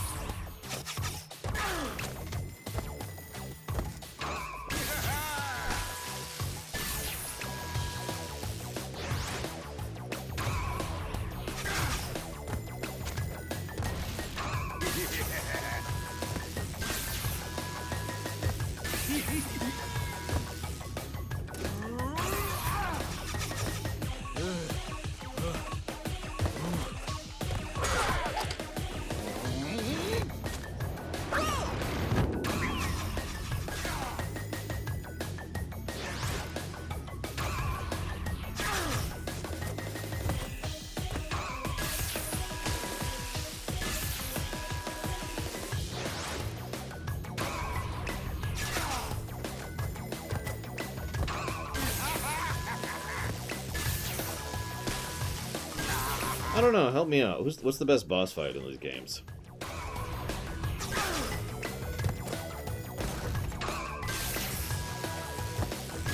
Also, if I'm being honest, I was being facetious earlier. Red Hell Retribution did have potential. Open world biker game. There you go. Bam.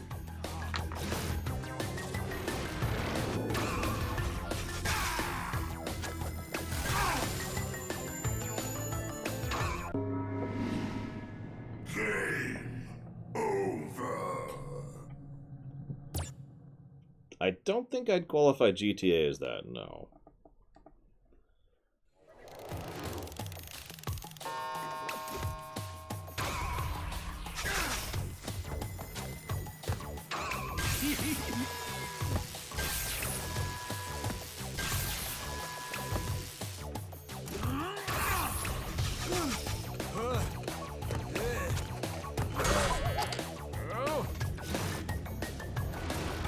Yeah, exactly, Crazy Norse. It's funny, because Days Gone pretty much flew under the radar for everybody. I wouldn't have played it except for A, it was my job, and B, my friend played it before me.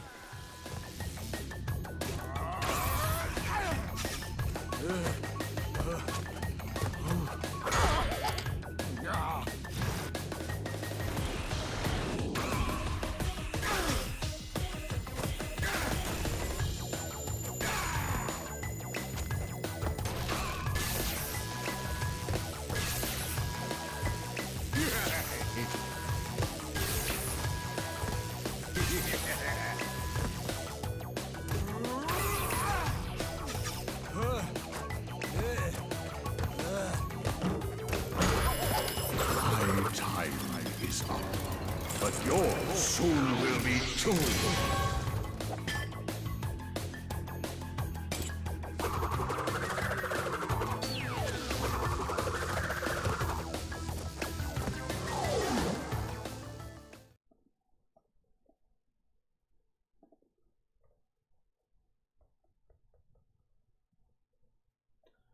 Yeah, we apparently have a tornado flutter now. You insignificant morons! By defeating entropy, you have placed us all in grave danger! Crash, Coco, you must realize that this time twister machine is very delicate. Without Dr. Entropy's constant care and control, who knows what it will do?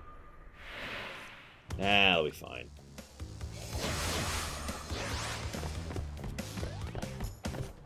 You worry too much. See, it looks like we have 2 more worlds left, so we are amazingly not beating this game today.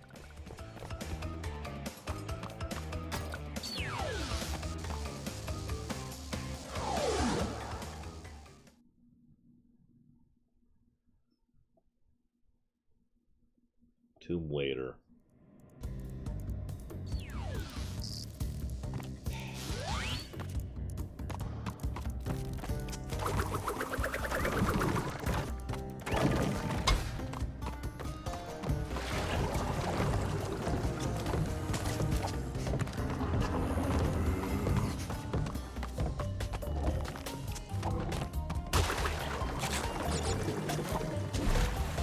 What?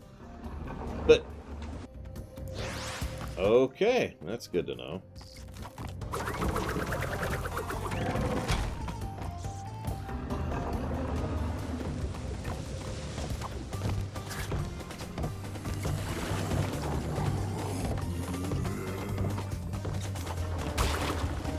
Like, that's so nonsensical. It's right there!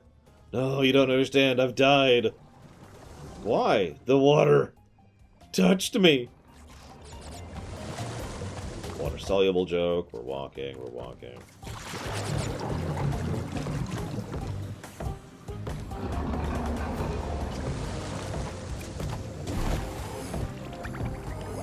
Good night, Crazy Norse. I'm gonna try to beat this level. I'm gonna fail at it, and then I'm gonna go to bed. In like 4 hours once I finished all my work.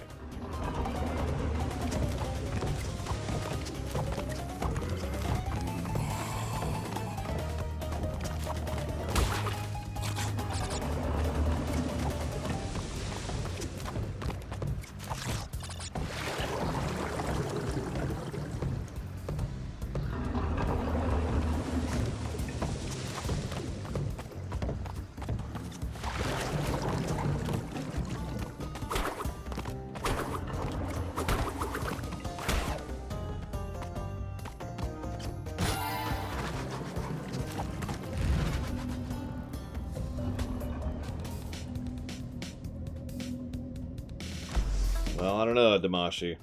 That would require the amazing Bragwin, or another mod who's probably not even on right now, to share an invite.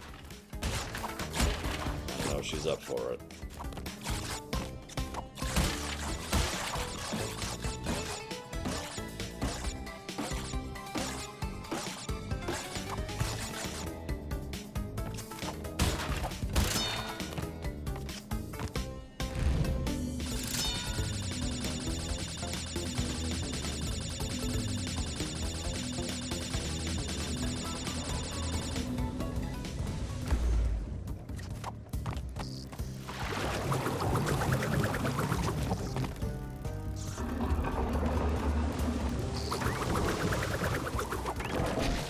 What? What?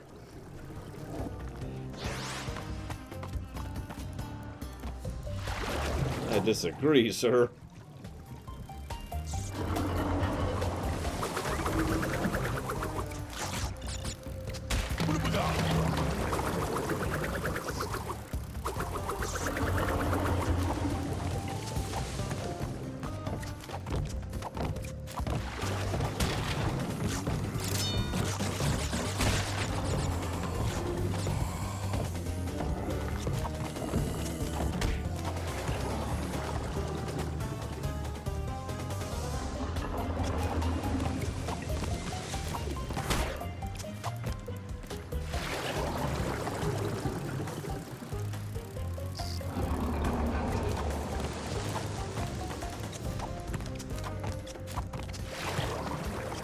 I think they actually have Baron. That's all we know about the pillbox thing. Don't quote me on that, though.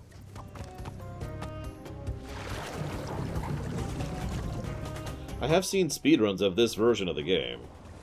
That is to say, of the first game.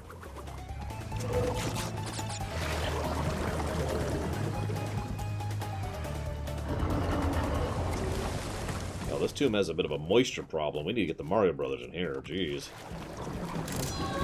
Well, he's got issues.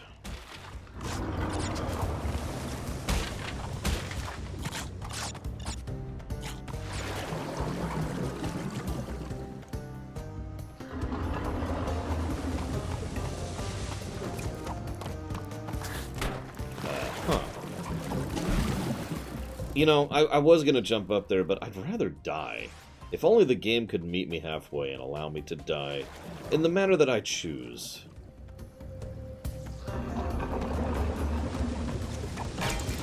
Oh god, it's Mario, Mario, and Luigi Mario.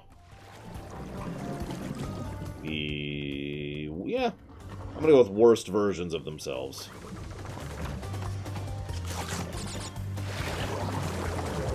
Although there are the Lego ones, which are terrible.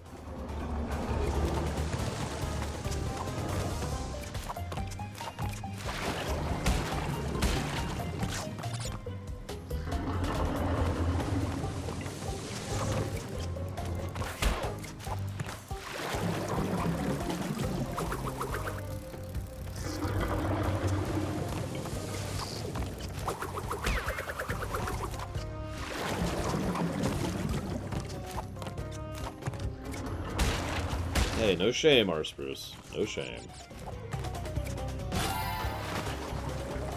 Bob Hoskins would make a good Mario. He was a good actor. Now, there's some requirements there.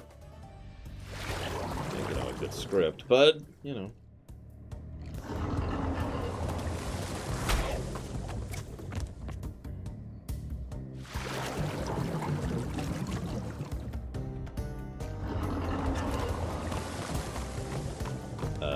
Huh. Well, I'm dead. Yes, I might as well just die. That's a no-win scenario.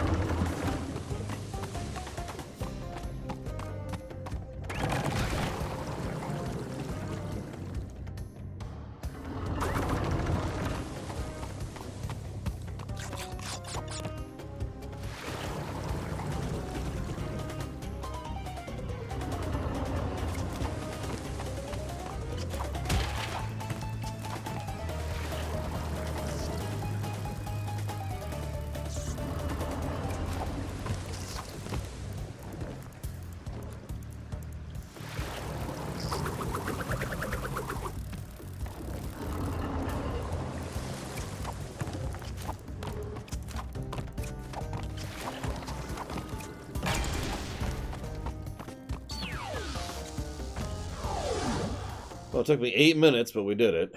Jeez Louise.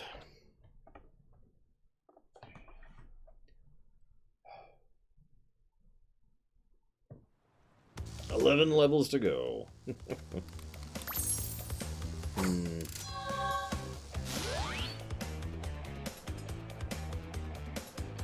Yeah, I guess we'll continue tomorrow. Because it's going to be a short stream, but, I mean, whatever, right? Lord knows tomorrow's going to be a long day anyways.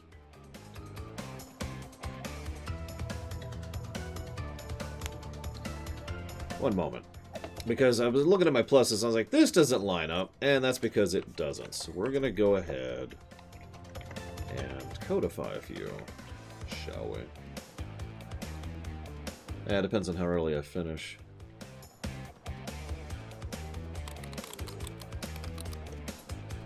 There we go. That's where we're at on that. Scroll up to the positives.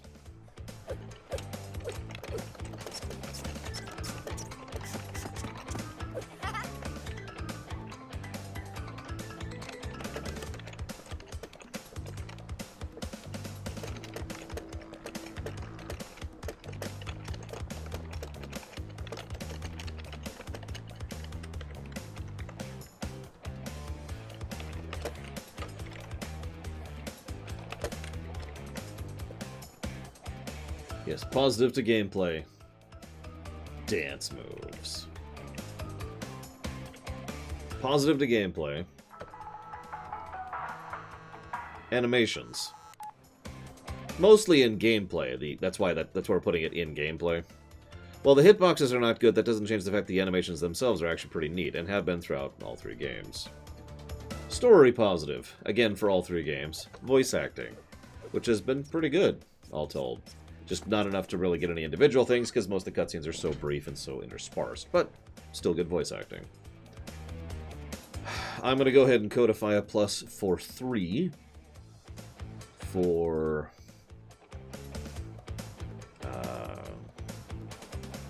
item distribution, basically, music, and variety of level design, which is the first one I've actually given that to.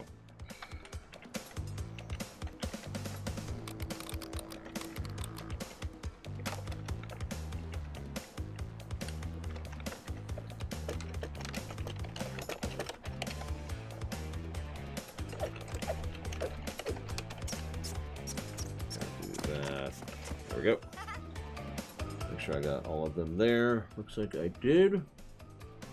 I haven't decided if the recovery mechanic thing is in 3 yet. It's kind of hard to tell, really.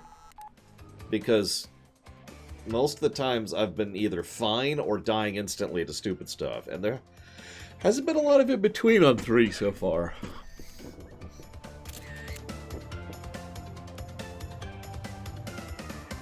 Whoops. Oh, there we go. Well, it's very simple, Sigma. The first group is for everything. The second group is for the first game. This third group is for the second game, and the fourth group is for the third game. Just a little visual distinction thing. Yeah, she's actually pretty adorable. So I'll give her that. This one. There we go. So, yeah. I think that's everything?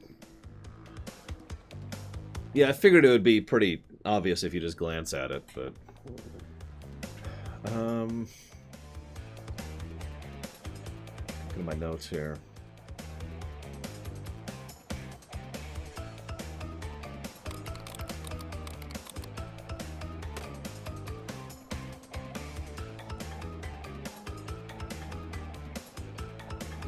I'll have to debate more for 3.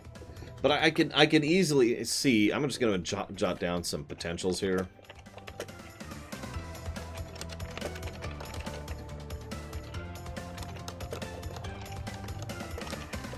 Because there's 2 potential additional positives for 3.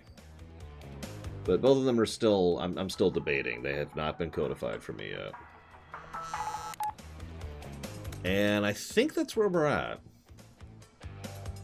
Yeah, that sounds about right. Got a few here, don't we? I wonder what this averages out to. Averages out to a +1 if the 2 potentials are codified. Although a lot of that's being dragged down by the first game. Anyways, tomorrow we'll probably beat this game. I hope we'll beat this game. We might spend another half hour on one level again for the 3rd time now. So, see you there, guys.